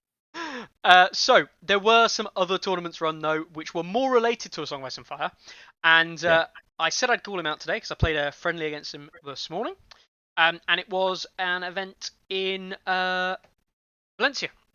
Not as always, I try and butcher some kind of like foreign language. Tourney Regional de Valencia de Choc de Région. That was French. Yeah. Said in Spanish. Yeah, this event. One of these Spanish kind of regional events happened, 10-player event, and it was won by a Greyjoy player. Yeah, we haven't talked about this event at all because I don't think it appeared on the site until it got played. Basically, yeah. Which is very not normal. Normally tournaments come up on the site like a month before they happen, and then they've got like a 50, 60, 70% chance that people actually sign up and use the site. Right. There are a fair few number of tournaments that like never make it to actually being recorded on stats. It's almost never that a tournament isn't on stats, but then just appears. I literally came back on Sunday, come back from being away at the weekend, and I had a look in the Hall of Champions, and I was like, where did that come from? And then I was like, cool. But yeah, interesting. Greyjoy winner. No Night's Watch entrance. No Night's Watch entrance. But I believe that if you go to the first page, I think this one is 100% of War Council. Even says that you can have some proxying they allowed. Yep, 10 points. So this is, yeah. So which is, I mean, they've got Greyjoy releases, so I will say that this is full Greyjoys. You know, if you look at Mikhail's lists, he's running the commanders and things you get in the attachment box. You've got like Eric, NCU, things like that. He's got Iron Makers available to him as well. Yeah. And yeah, play against Mikhail. He's a really nice guy. Really nice guy. Played against him this morning. And yeah, he took it home with Greyjoys. So congrats not the only Greyjoy winner of the weekend. So no. Which is funny because just the other day I was saying you don't see Greyjoys winning tournaments. That's why they're not very highly rated. And then the fucking two of them came along out of nowhere. Yep. Which hasn't actually really helped their rating that much. It's sort of like stopped their free fall, but hasn't really rescued them. Well, this is actually where it gets a little bit funny, right? Because you see Mikhail at the top, but then you've got basically ninth. Yeah. Is the other Greyjoy player, so the average finishing of the two players is still mid-table, which is kind of the thing. And as Mikhail plays a lot on TTS, I found out, he's actually got a very high rating, so he himself is a very highly rated player anyway, which means he does actually no favors to the Greyjoys by winning an event with them, ironically. As Mikhail's in the chat, do you just not have a Night's Watch player in this local region? Was there any kind of self-limitation? Like, did anybody sort of like choose not to take it? Or you know, is that just the way things play out? Yeah. It'd be interesting to see Michael's opinion there. It's interesting. Interesting. Mikel was rated about 1700, I think, when I last looked, roughly speaking. So he's a very good player from Spain. This isn't the only event he's been playing, and he's been playing a lot of the regional event type thing structures, and he's been playing a lot of games on TTS. So it's really good to see him winning the event as a player with a lot of experience. Big win. One thing here, neutrals and free folk were represented. Starks weren't, which is really odd because for years, like since we started stats, basically, Stark were the most played faction. Now in 2021, Baratheons took the medal from Starks, but Starks were still played a lot. Starks are dropping in play rate. Yeah. It's almost like people don't like weak factions that much. Almost like people don't like weak factions. Yeah. Mikkel's saying they have, Ted, but they've. Teddy's got a genuine question from Mikkel. Did you actually use Eric? We can find out if we can click on him. Did you actually use Eric? Because Eric is shite. Fuck. Okay. He beat Baratheon. Big props to Mikkel. Like this guy is good if he can win with Eric. So he actually said it. This was in the Pike chat on Discord, if I remember rightly, because I was talking to him about Eric, and saying that I've got a list I think Eric would work in. He's a meme commander, and he just wanted to test him, and he won. Here we stand with him, but he said like it wasn't. Like, he could have run another commander, and it was just better to run other commanders. So yeah, interesting. Definitely interesting. Then you're going back to Balon, who I think is a very good commander in comparison. Yeah, so well done there, Miguel, however you, Miguel, even how I pronounce it. So that's not the only tournament though. There were other tournaments that were run, and massive shout out here to our friend Carl Kirsten, who was running the NorCal event. I don't know why he said it ends on September the 14th, unless he's got a bit of a league structure going up there. But yeah, the event in Sacramento was won by another Greyjoys with an Asher Theon list. I had a look at these lists, and they are different. They are different lists. They're not the same kind of thing. They're based around the same idea. Both 2 NCUs. That was the big tell from this event. That I saw a lot of these players running 2 NCU lists, and I do mean a lot of them. And again, no Night's Watch, because this was banned in the NorCal event. No Jon Snow, no Othel, no Mother of Dragons, no Watch Captain, no Unsullied Captain. Hefty ban list. Yep. So we saw Carl himself come forth with his Starks, which is respectable. Only Stark entrant again in the event. Lots of Targ, Barra, and Lannister. A couple of Greyjoys. No free folk, no neutral. Again. No free folk, no neutral. So yeah. It's not popular factions. Not popular factions. I mean, Carl, I'd only guess that it says that because that's what you put in. But it is possible that, like, I'm not saying that something weird didn't happen, but I'm going to go with most likely with user error. I did wonder, because you'd called it a league multiple times, and it said it was running over a month, and I mentioned multiple times that you were possibly running a tournament, possibly running a league. But there we go. Doesn't matter. Is this the point where I should tell you of the bug that we did actually find, Carlo, in this tournament? And make people aware of it? I read the messages. So how did you end up with a game being double submitted is what, right? Like, one of the games was... Yeah, so Paladin played against, I think it was a Logical Fallacy Mitchell in round 1. And for whatever reason, it ended 10-10 at a draw. And they entered it as a draw in the event. It was a drawn game. And I think, because it was a draw, it counted the draw, but then it also calculated based off the remaining points destroyed. Therefore, the remaining amounts are automatically calculated, the points left on. So it awarded them a draw and also a loss and a win. So at the end of round 1, one player... Impossible. All I know... It doesn't do that. That's not how it works. What has happened is somebody has somehow submitted a draw and somebody else has submitted a win at the same time. Right. That's what I thought. One person has submitted it as a win, and one person has submitted it as a draw. Yeah. So, Carl, you don't and the need system's to. gotten confused because they're different. Yeah. So two people have submitted two different results. So, Carl, you don't need to add a fake VP at all. That's not a thing anymore. You just need to tell it the amount of points left on the table. That's it. No, it It auto calculates it all for calculates. you. Yeah. But it was funny because at the end of round 1, somebody had five tournament points from a draw and a win, and one person had 3 tournament points from a draw and a loss, and I was very confused.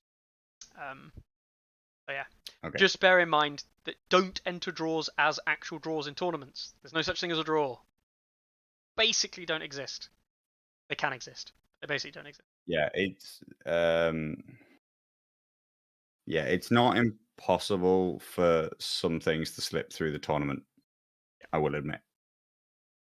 But it should be fine. Once we can replicate it, Carlo will fix it. Here is actually something, if anybody wonders, here is actually something. When it pairs you, it doesn't care what your tournament points say on the page. It cares what your results say. Yeah. So if your tournament points get out for some reason, like it says you got 5 tournament points, it doesn't matter. When it goes to pair you, it looks at your actual history and it will see a win and say, okay, that's 3 tournament points, and it will pair you based off of that. But yeah, it is possible for the tournament points to get out of place when people do things wrong. And I need to try and find out all the various things that you could do wrong so that I can protect them against that. But yeah, I can't think of them all. So sometimes they slip through the cracks. So, Bob, yeah, to get a draw in a Song of Ice and Fire tournament play, strictly speaking, yeah, you'd have to have the same number of points left on the table. Yeah. It is possible. Obviously, it's thoroughly possible. It's not very likely. One of the things that me and Carlo laugh about a lot, and we do, honestly, comes up all the time. People say they've played games to access the stats because you need to have got a game submitted on the site before you can see any of the rankings. It's just a simple, I know it sounds crazy, barrier to entry, and we know it's a barrier, but it's a deliberate barrier we put in place so people just actually use the site rather than just going on the site to use it for their own gains and then never submitting. The number of people who enter draws and like, oh, it was a 10-10 draw, and they go, oh, how many points do you kill of each other? Like 0 UDs. Or it'll be like, oh, I had 3 UDs, this person had 4 UDs. And you look at your list and go, you had no 3-point units. It wasn't possible that you killed 3 points. So yeah, that happens so much. And yeah, we're very well aware of that. And it doesn't give you access to the rest of the data. It doesn't give you access. Because it doesn't count draws as games submitted. Correct. So yeah. And yes, 101, remember, the World Cup draw gate. Jeez. God. Yeah, that was time ago. Was. So yeah, again though, Carl saying there that the site was useful, helpful for him, and yeah, this is what we're trying to get to the point now. We've run plenty of tournaments on this before. We're getting to the point now where people are using this physically a lot more. The Spanish guys, the German guys and Polish guys have been using it as well. UK has been using it, and now the US is using it as well, which is fantastic. Keep using it for physical tournaments, and like as I'll get to in a second, we're going to look at another tournament results here as well. It is helpful, hopefully, and it is useful, and it's getting traction a lot for a lot of people using it, so that's really good.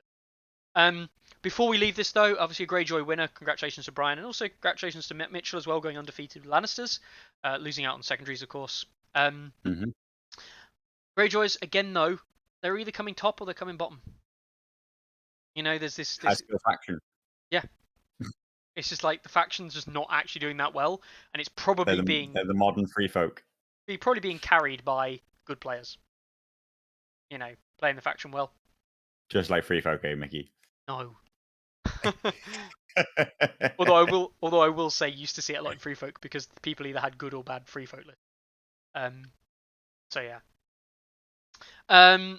All right then. So the next tournament we've got, which was over the weekend, was this Polish tournament here. There's 2 more tournaments.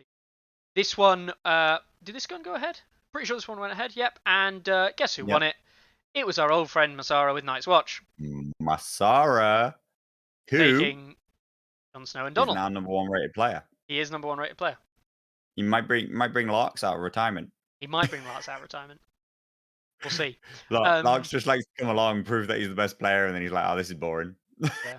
I mean, I'm going to spend virtually no time running over this, but it's John Double Hunters, and it's Donald, not Othel, running Builder Crossbowmen, Ranger Hunters, both with Watch Captains. Like, in a player, I mean, he's been a good player for some time, 1.6, and now in 2021 he's replicating it. It's no surprise that list has won. We see Matthias coming in there, second spot with Targaryens. Oh, sorry, Night's Watch. See Sizemash coming up there as well. Again, we're talking the matter of kill points is the difference with Targaryens. And we've seen Night's Watch. That tournament layout feels that tournament layout feels a lot like the Lincoln tournament that I went to, which was just like, this isn't some thing that is a TTS thing. This is when you have people who are competitive. Like, this is what they're drawn to. These are the things that they feel have a chance to win. And we're currently in a place where, like, the things that have a chance to win a tournament that isn't restricted is that big. Whereas I would have said in 1.6 it was that big? Maybe. About twice as many.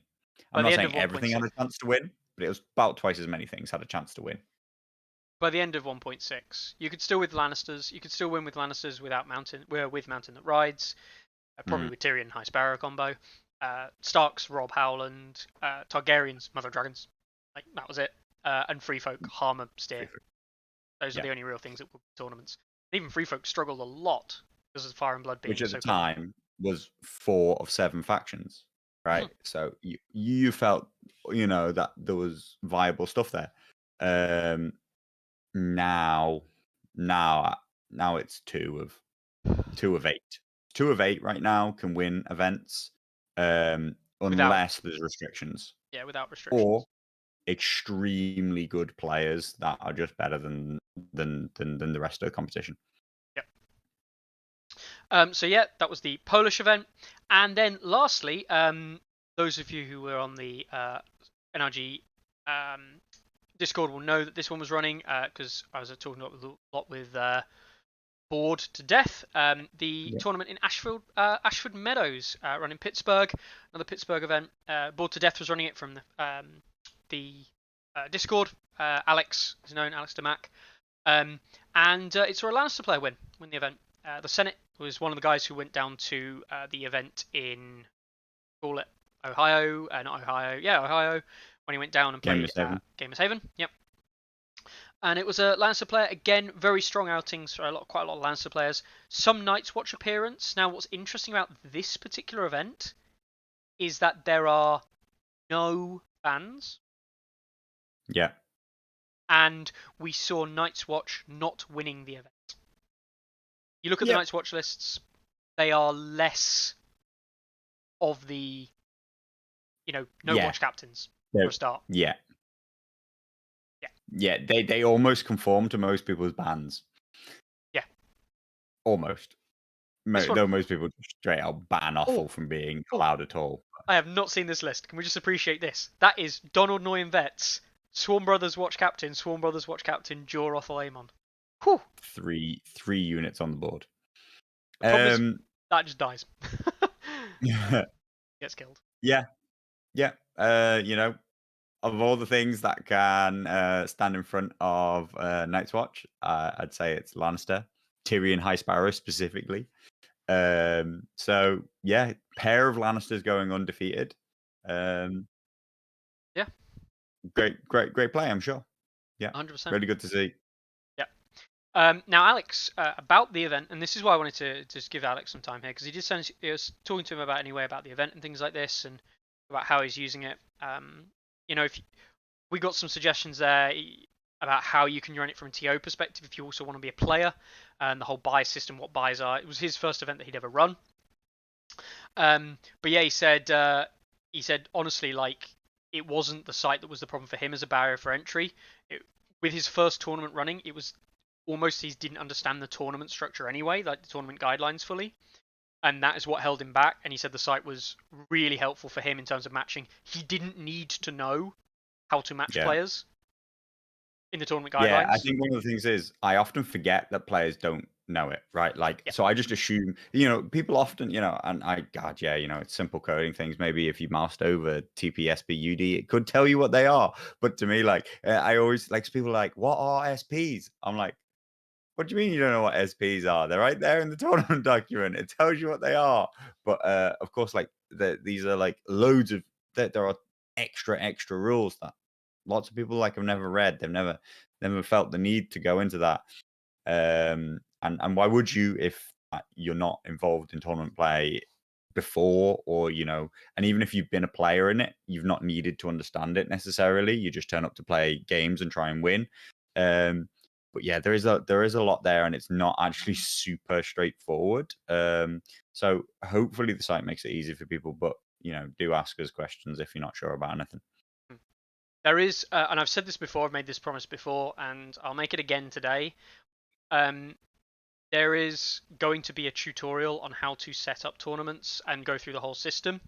Part of that is because I've needed a tournament to end, which, by the way, we've got a tournament ending.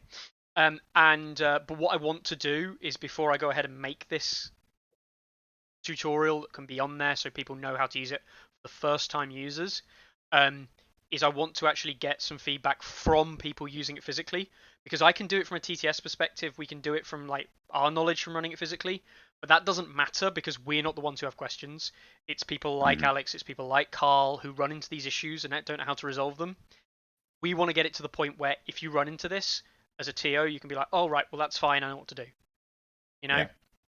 But I can't do that. But this is now becoming a CMON level soon. Oh yeah, CMON level soon. Everything CMON is level soon, and promise. Mickey has been promising this for 3 months or something like that. I just didn't want to do it Mickey and then first told me that he was going to make a video as soon as the tournaments were finished, and I said, they're finished right now, Mickey. And that was 3 months ago. The thing is that ironically, there would have been no point because I wouldn't have known any of the questions. I just said, look, you click this button, click this button, click this, do that. So yeah. Anyway, that was the last event that we ran this weekend. 4 events, only one Night's Watch winner. They almost look. That's what it should look like. See that top bit? It should look like that. I mean, we'll skip over the fact that two of those tournaments had bans. One of them had no Night's Watch entrant, and basically only one of those was then won by a faction where Night's Watch was actually there and didn't win. So but still, hey, look at that. There's a whole new faction on the Hall of Champions. Done it. Not only just once, but it's there twice. That is actually, even with the bans, it's still respectable. Lannisters weren't just taking it. It does look like Lannisters at the moment are the next competitive. Although we'd argue that Targaryens should be running events after Night's Watch, but often the bans come in hand. So Lannisters being able to be there as the third faction, we talk about it a lot. Why Lannisters are third in the rankings, even if they're not the third ranked faction, because of the depth of the builds and the consistency of them. Interestingly, there was another event that did end this week. Was a ELO event run by, I believe this was the Finnish event that ran in Helsinki, I think. 9-player event that did end with a Lannister winner in the ELO event. Should we have a little look at the ELO event, actually? Just quickly, just to see what people picked. Did this not finish last week? Technically, I think technically it finished on Saturday. They closed it at the weekend. Okay.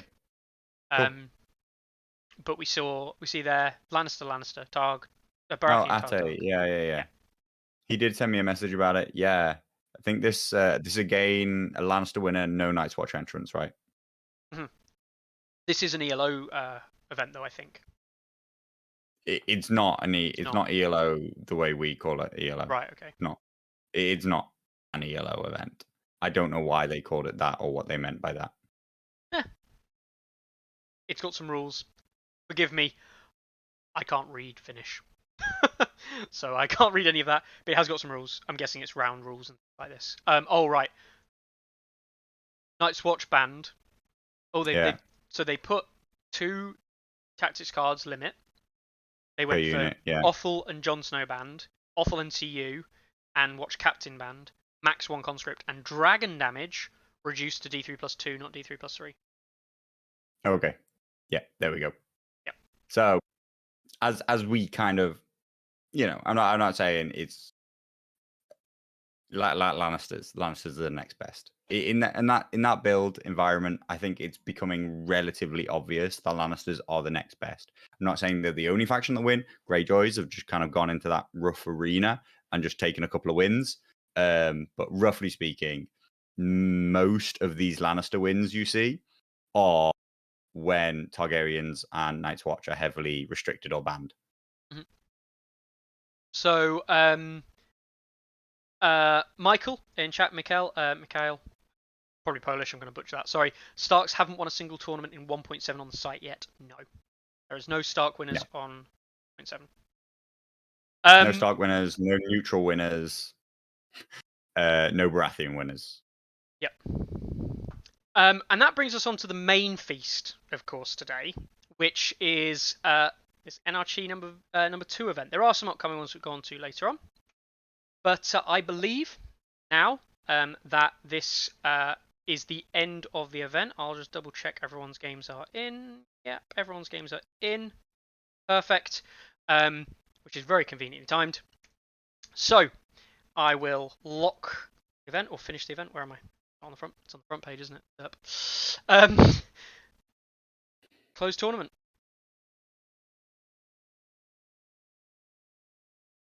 So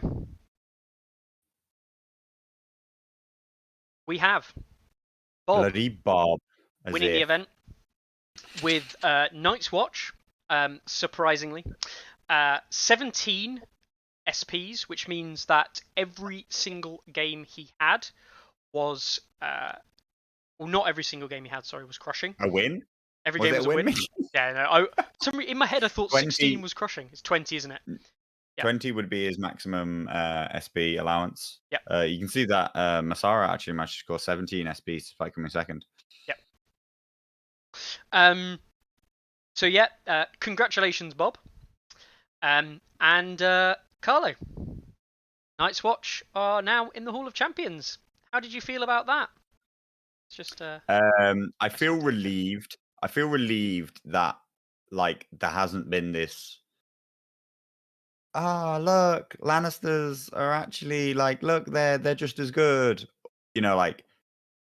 I highly rate Bloodraven as a very good player. I think he's done very, very well to make it to the top table, particularly getting through Mother of Dragons, who I think is one of their harder counters.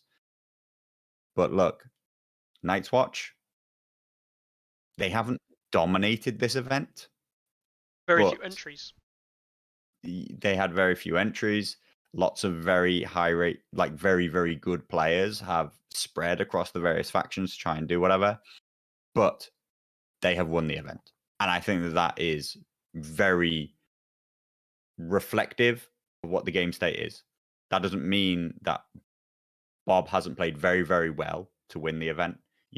There are plenty of players, enough players who have all entered with Night's Watch, and they haven't won the event. So it never takes away from Bob as a player.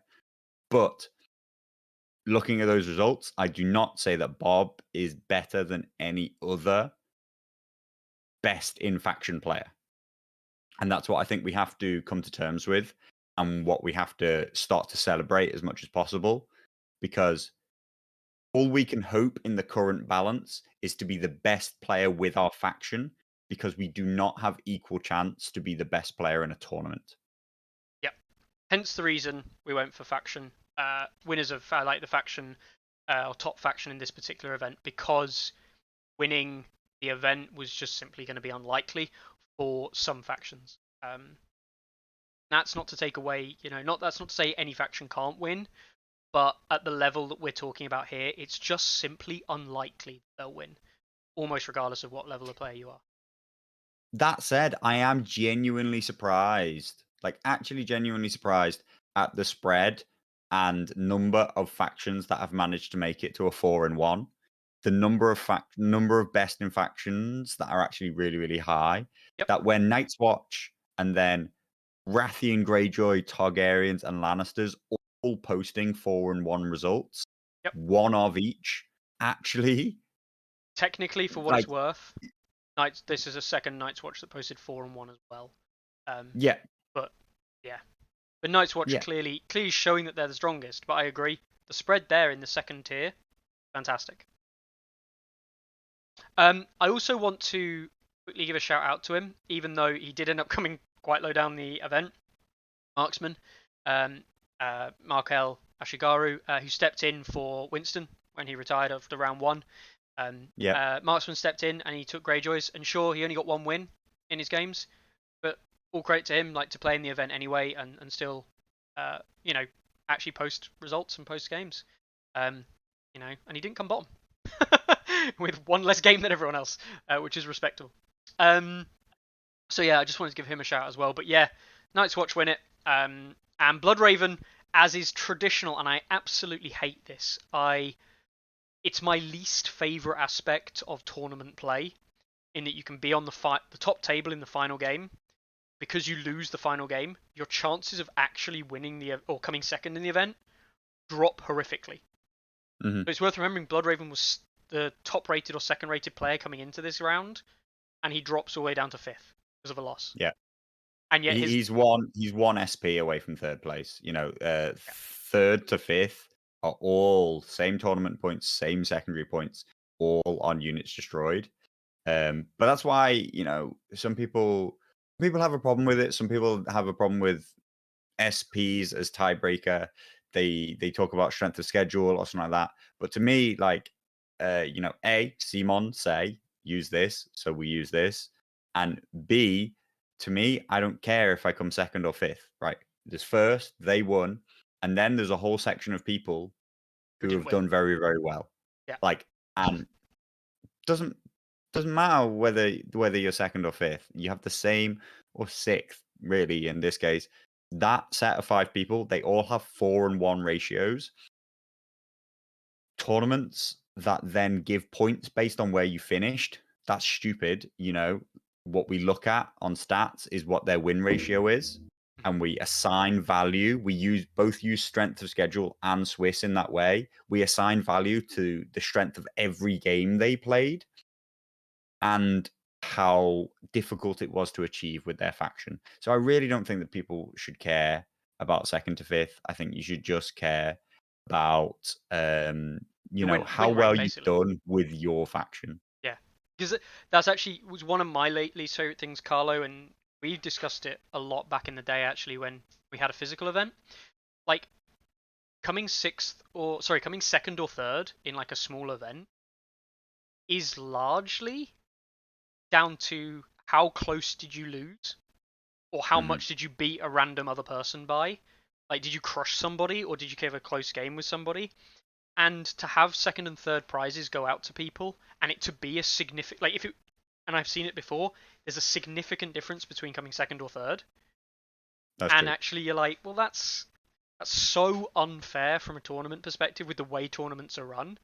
Either you award 1st and 2nd doesn't get anything, or you give the 2nd band of players that same kudos. Because I would give Bloodraven just as much kudos as I would give Masara in this case. Because they were both there. Masara, if anything, lost way earlier in the event. So, less kudos.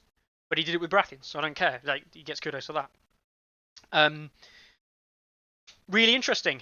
Really, really interesting. And that is, of course, the end of the event, which means any more ELO changes or anything like that, done. As of the start of Tourney Ground today, the ELOs are fixed at that. I'll go work out what they are very soon. I've got pretty much, I need to do a couple of checks on 2 players, which I'll do. Who's in the running? Is it Masara and... Surely it's Masara, because he's currently number 1 rated, and he did it with Brathian, so that's my bet. I also know that Luckerbury was there last week. Okay. Off of the back of doing very, very well Greyjoys, but also he was the thing that these both have in common is that they were doing very well in NRG, and they also basically won another tournament. Or played a Actually, lot with of games. different factions than the ones that they were playing. So Massaro went and won a Polish event with some pretty strong players in, Night's Watch. and and Lockerbie has also been playing in the Highlander event that's been running, which is where a lot of his points have been coming from. He's been doing very well in that event too. So, just double checking this. Masara, all the way back on, I believe, when did I start this event? Jesus. I did the cutoff on the 23rd, I think, or 24th. Ended up being the 20, 30, 29, 28, 27, 26. 26th was when I did the ELO cutoff. That was it. I've got them all up on a spreadsheet, don't worry. But we can see here on the 26th, see an ELO cutoff for Masara. Checking that one, it should be actually lower down. That one there, because he played the game after the cutoff, was his first game. So it was this one here, 1608 was his starting ranking, and he finishes on 1779, call it, for simplicity's sake. So that's a rank rating change of 171 difference. You can see the slope there of his rating change as well. Now, we already knew that Masara was a very good player in the previous edition. He had probably he was probably underrated before this event. But hey, he played a lot of games to get that rating, and he won a lot of games. So, kudos for him for that. But the other player that was in contention, Drogon. Did not know. No. So Drogon, as of the start of the event, was down at lowly 1,427 points when I monitored the ELO checks at 24. And as you can see there, his ELO has come up to 169.6. Again, rounding up because it's above 0.5. Takes us to 1650.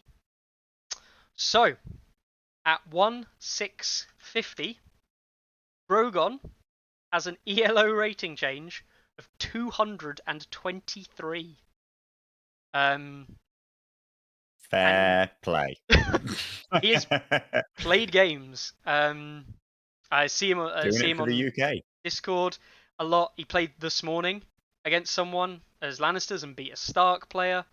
Played yesterday. He plays a lot against Dwan Ring as well on Facebook. Not Facebook, on Discord and things like this. You often see them playing, and he slaughtered him with Gregor. Slaughtered Greyjoys with Gregor. So on and so forth. I still can't get to work. I know, right? You hate him. I hate Gregor. This game they played a game, and I think it was the end of round 2, and he got 13 killed points. Literally killed 2 units, and Dwan just resigned. That sounds like a assault orders into overrun to me. Yeah. But I mean, like, even though, like, you're saying like this, just so people's fears come out of the way, people go, oh, it looks like Sketchy resigns and things like this. One's ratings like basically around 1500 anyway. You can see here it's been fluctuating up and down. Like, he wins and loses games. He trades wins and loses. Yeah. Like, he's not a trash player, but he's just a super average player according to the ratings. We looked into it. Believe me, when somebody's rating like shoots up, like sometimes people send me a message saying like, "Have you seen this player?" A lot of the time, I just see them myself because I'm always looking at the site. Yep. I'll see them through. I see their faction like has a noticeable little tick in it, like an uptake, and I'm like, "Oh, who caused that?" And I go and find out. I always go and look who they've been playing because that's the tell to me of, and always you get to real, like, if I've never heard of the person whose ranking has suddenly changed, I can always very quickly find that they've been playing real people. And they like by real people, I mean names that I know that these aren't like some kind of doctored games. This isn't fake stuff, and I just very quickly get to this point where I'm like, yeah, this is legit. I've pretty much never seen anything other than people entering one drawn result to try and game the system to get themselves seeing all the stats, because the stats tell you to enter a result. And luckily for us, drawn results don't affect any of the ELO rankings at all. So even if they are doctored draws, they don't matter. They're not in the win rates. They're not in the ELOs. They're not in anything. So we don't have to worry about them. They're just ignored. They're not a problem for the site. And I really just don't think that I see any results in any of these people's profiles that or anything to worry about people kind of doing these things that people think will happen. Yep. And also Drogon's just a really good example of like, it really doesn't matter if your rating drops down to like 1300 and something. If you close to 1400, like under 1400 at one point. Exactly. As soon as you start to get a consistent win rate, you will shoot right back up the rankings. For what it's worth, we know talked about Lockerbie was in the lead last week. Lockerbie now sitting at 1635, means his rating change was 142. And Lord Commander Bob, with his latest entry, goes up to 1717, which is a very respectable change of 117 since the start of the event. That's not bad. That's a unbeaten Sunday Slaughter tournament and an unbeaten NRG 2. He would, without a doubt, have gained the most were he not doing it with the top rated factions available. When he played Sunday Slaughter, it was with Targaryens, because Night's Watch were all but banned, and in NRG he's playing it with Night's Watch themselves. Yep. So that's the site doing its thing, which it rates good, consistent 9 out of 9 wins against good, strong opponents, but it says that's not the best performance because you've done it with the expected most powerful faction available. I will, for what it's worth, I will show this up on screen here, just so people don't get the wrong idea and think, oh my god, it's cheating. These numbers are conditional. I have not checked every single player today because I don't know if everyone's played games, but this was checked a couple of days ago. I did another check through. So at most these are a couple of games out, but I'll be honest with you, there are some players I didn't check. No offense to people like Gamma.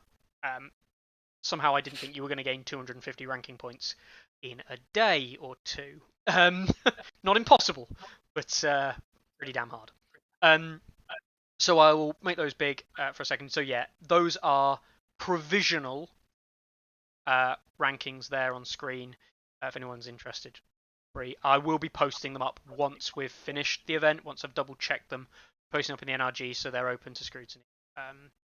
Anything there. So yeah, the NRG event's over. So I'm going to run through the winners, if you will, of all the various different stuff and things. And then I'm going to run into tell you what they've won.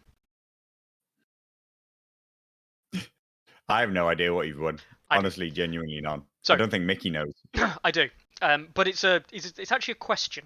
This is going to come out. You've won a Q&A. Yeah. No.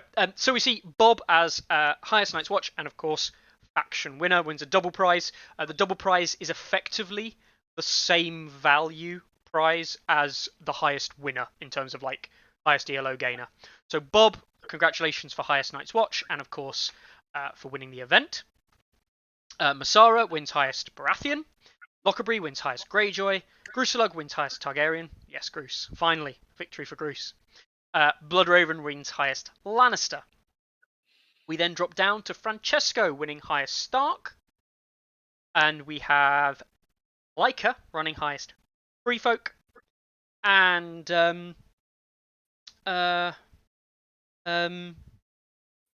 right. Well, I win highest neutrals. Yeah.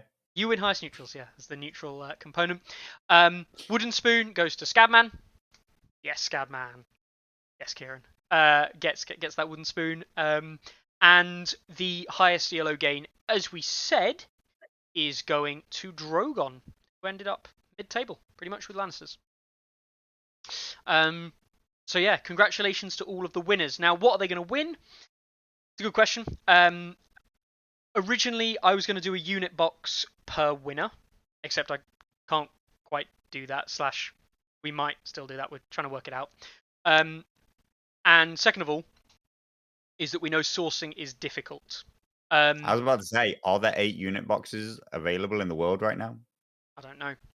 So I'll double check some numbers and things like that. But we're looking at around half a unit box to slightly more than that value, hopefully, per player, depending on how much Carlo wants to put in. Don't worry, it's not his money. It is his money. It's the site's money. Don't worry. And that will obviously be doubled for the winner and the faction, or the highest ELO. And yeah, I'll speak to players about how they want to receive that, because it might differ from player to player based on hugely what region they're in, what they've got on pre-order, things like this. I want to be forgiving for different players, for various different costs and things like this. Plus, if they've already got things on pre-order, the last thing I want to do is, like, I don't know, give someone a unit of red cloaks and they're like, I've got 2 of these on pre-order. Like, well, yeah, it's the worst feeling ever. So I will. As a person who continuously wins prizes for things that they already have, it's not the worst feeling ever. What's the Mickey worst feeling wouldn't ever? know. I actually wouldn't. No. The worst feeling ever is when you lose, mate. No. So I'll talk that out with all the winners though, and I'll get those things sent out. One of them I hope has been done, and I'll have to check in to see if it has been done.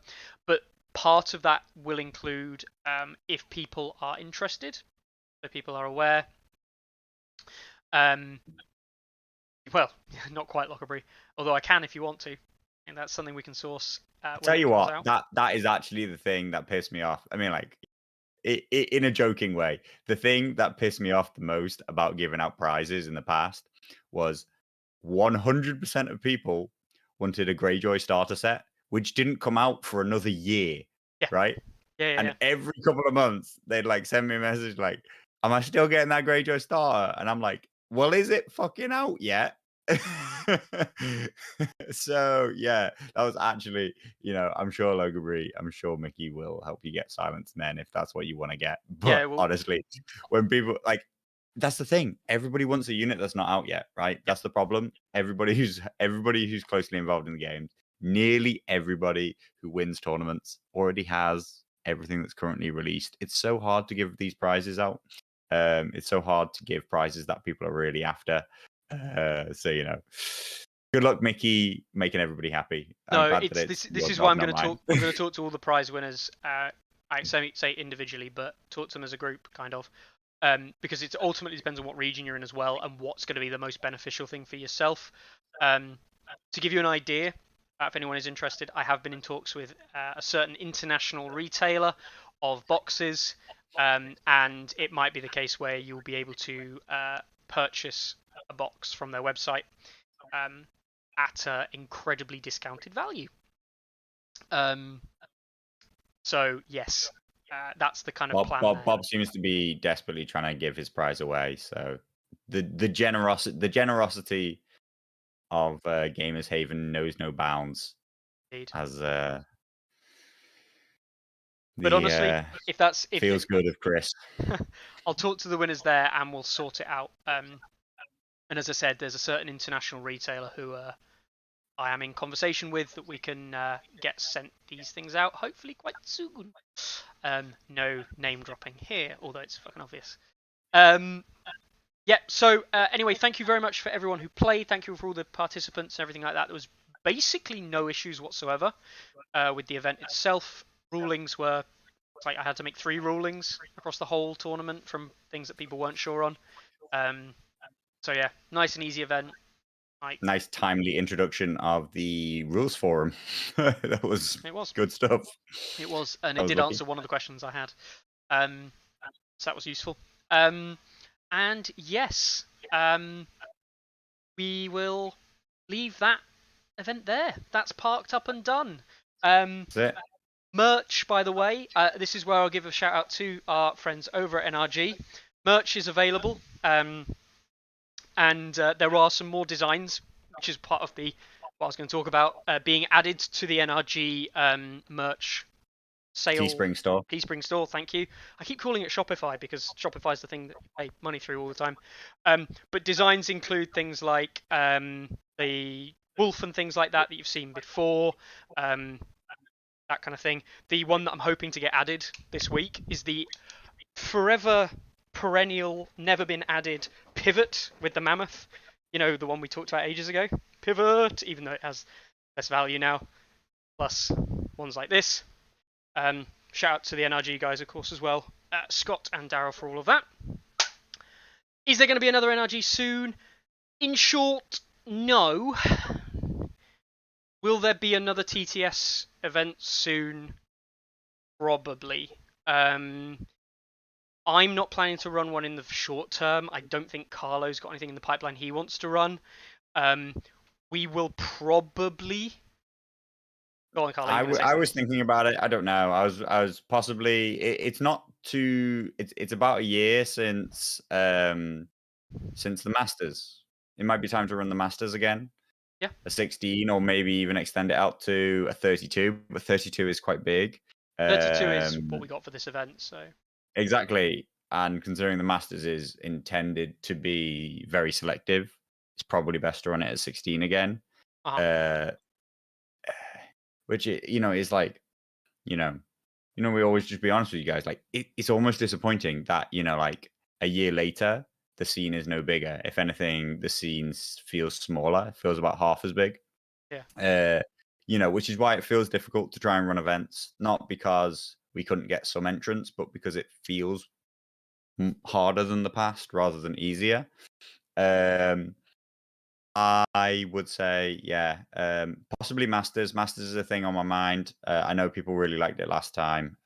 Everybody who entered it was, very hyped for it, and it was, funnily enough, it was the first tournament that Larks actually haven't managed to win.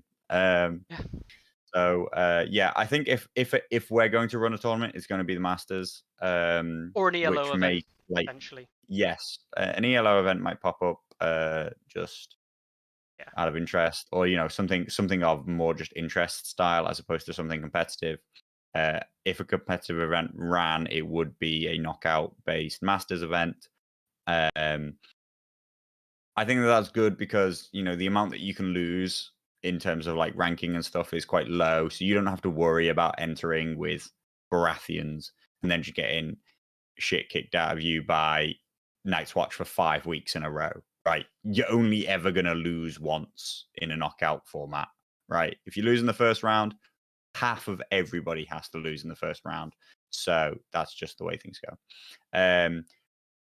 That may slightly, the format last time was like top rated players after certain dates. It may even be slightly based on invitational to try and get a better faction variety. Yep. Actually, it might genuinely be like, I think that you're the number 1 rated player in this faction right now. I'm inviting you to play in the Masters with this faction. And that could actually ensure that we get really good faction variety. But almost pick like the best 2 players from each faction, so you get 8 of every faction. Yeah, it's possible. But it's half of them on one, half of them on the other. Yeah. Deoxys has just popped up in chat. Our Aussie, our favorite Aussie. There are other Aussies out there, of course. Guys. There is Deoxys, and then there's the rest. I'm never sure who the rest are. Yeah. But Deoxys is would I think his ranking's climbing again. I think it's getting there. He might struggle to make it into the Masters cut without a bit of work though. Have a look at who would make it into Masters. Ryoku, Larks, me, Jasper, Talion. That'd be interesting. Bob, Urson, you. I'm guessing you would bow out probably. Yeah. LF, LM of Songwriters and Fire. That's I've forgotten his name. That's going to annoy me. But he's from the Netherlands. Mikkel, we talked about earlier. Lordic is a Russian player. He runs a lot of events over there. Chris, Psychopath. If he wants to come back, he probably might not though. I think he's semi-given up the game unless it's physical. Schmucken from US as well. Jimbo, Griffin, Drogon, potentially because of you dropping out, Carlo, Lockerbie makes it in. Just about. And Deoxys. Oh, 36th. is that him? 36. You're Just under way off, 1600. my friend. He, Give I mean, give give. 1650 cooler is probably roughly the cutoff to get into the bottom slots. Moment. Try hard to get in. So you're Baratheon list, right? No. We'll see. We'll see what we can do. We'll see what we run. Yeah, I'm sure there'll be. I'm sure a tournament will pop up.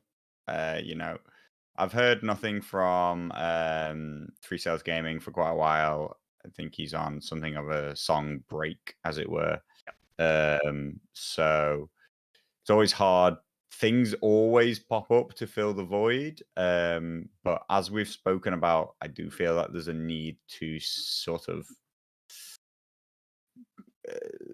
guide the tournament space, control the tournament space, so that people don't get too burnt out, so that there's a variety of events that keep people interested. In the same way that good TOs, good store owners, they're controlling the events in their own local region so that people don't get burnt out by just like getting slammed by awful Night's Watch again and again and again.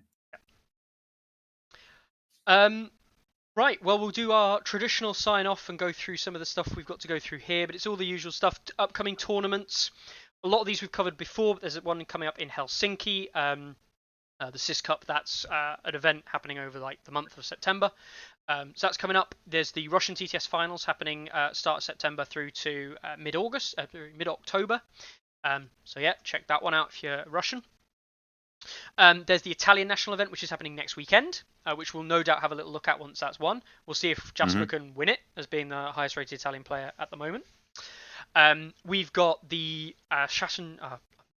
this one's been up here for ages in Leipzig, Germany.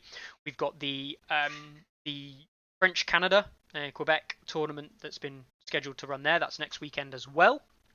We've got one coming up in Wargames ID, a Highlander event run probably at a guess. I don't know who put this together, but my guess is this is run by some of the guys. Yeah, Claw, Doxies, things like this, running a TTS event, Highlander event there. No doubt Van and people might be returning for that. We've got loads of Polish events. I won't go through every single one, but there's loads of Polish events happening all over Poland over the next couple of weeks as well. We've got the ELO event, the Grand Tournament, obviously, in the UK on the Friday, and the Grand Tournament on the Saturday, Sunday. Also, not on here, but I was told I'll give a shout out to the Spanish event.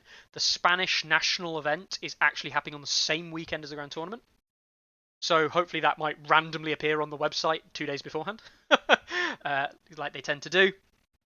And yeah, I think that's pretty much it. All the Rimble Rumble, I talked about that in Stockport. Rocket City's still up there. Captain Con and all the stuff there. And of course, always winter, the Scottish event happening start of next year as well. There we go. Lots of things to look forward to if you're in Poland. Yeah. Lots of things to look forward to in the UK. I think they have a very strong community. You know, they really do. And I hope that I still, we're just at this point where I really hope that they can make it to the LGT. I know that there are some names there for the LGT, and I know that it's not super easy to travel right now. Touch and go whether or not they'll make it. I really, really hope that they'll be there. There'll be a big, just like a big part of the top end of that tournament, I would imagine. Yeah. 100%. Now, we'll have a quick look at the faction ELO rankings just quickly before we go. Oh yeah, Vlad asked that ages ago. Yeah, he did, yeah. He wanted to show the power rankings. I only did a moment. Night's Watch is still up there at the head, holding it out there over Targaryens. But like we've talked about before, Night's Watch Targaryen holding it out. Free Folk have made a bit of a resurgence. Lots of non-tournament games, I think, for Free Folk being submitted. I know I've been playing some. That helps. Lannisters still coming in that fourth spot, leveling out their faction ranking there a lot. Stark's recovering still. They're still on an upward trend, which is good. It's good Mhm. to see. Greyjoys have become stagnant around this -20 point, and Neutrals and Baratheons are just -45, give or take. Like, Baratheons went, oh! Yeah, Baratheons rallied for roughly a week around a load of events which ran with very heavy bans, which the banning systems really brought them up into viability. But I always felt that it was a very short term thing. I didn't actually think that they were going to fall quite that hard, quite that fast. But I am pleased because I'll almost definitely be running Baratheons next. And so I want them to be down at the bottom. That's where you should prefer your faction to be if you're out there looking for a challenge. 100%. All right then. It's been over 2 hours. Jesus, a lot longer than I was hoping to go on for tonight. So we'll end this episode here. I've gone all blurry. Next week we'll be back without Carlo. Carlo's going away for a while. Someone's locking him on a box and hopefully dropping in the ocean. 2 weeks. 2 weeks. You'll have to go without me for 2 weeks. I'll be back just before the LGT. You'll have to make it without me. Yeah, well, and I'm sure we will. So if anyone fancies coming on, feel free. And before we go, a very, very quick one, Carlo. Let's finish it off with a CMON, rate my unit. That's bright. Are they random colors, or do we think that, or can we name these houses? I ain't got a bloody clue. Colours. All I'm doing is we're doing this traditional CMON, rate my unit, cool mini or not. Out of 10, Carlo. Come on, gut reaction. 0 out of 10. That's your classic CMON scoring. No, they're really, really nice. I'd be super interested to know if they're just really good, bright, powerful colors, or if they are lesser minor houses, and because that really is great stuff. If you've gone through and found those houses, that would be amazing. Yeah, they are some lovely, powerful colors there. I'm going to stay blurry for the rest of the episode, it turns out. Yeah, I'm going to give this a solid 5. 4 because there's no interesting base. It's got a basic base on there, no interesting. So 4. From CMON. Genuinely, the thing that, but genuinely as a tiny bit of feedback, the thing that revolutionized my world was just adding more things to the base. It could be like extra tufts on top. Maybe like leaf scatter. Leaf scatter's a little bit can be a little bit expensive to buy, but it really is brilliant. Or just tufts of a different colored grass. If you go over with a different grass, a different shade, that can also be really, really great. But yeah, I think that if you just break up the basing a tiny bit, it really, really brings the models out. I learned that from our amazing modeling friend Dan, and I've never looked back ever since. My models look way better since I started doing that. Cool. So there we go. Thank you for sending that one in. And there's your feedback on that. Feel free to send these in. We'll continue doing this cool mini or not segment as long as you send pictures in, guys. Otherwise, we'll leave it there for today. So thanks a lot for tuning in. As long as you'll continue to be happy to receive 0s out of 10, because they will all be 0 out of 10. Harsh but true. So thank you very much for coming down again, guys. And we will see you. Well, I'll see you again next week. We'll say goodbye to Carlo for a while. No one likes him anyway.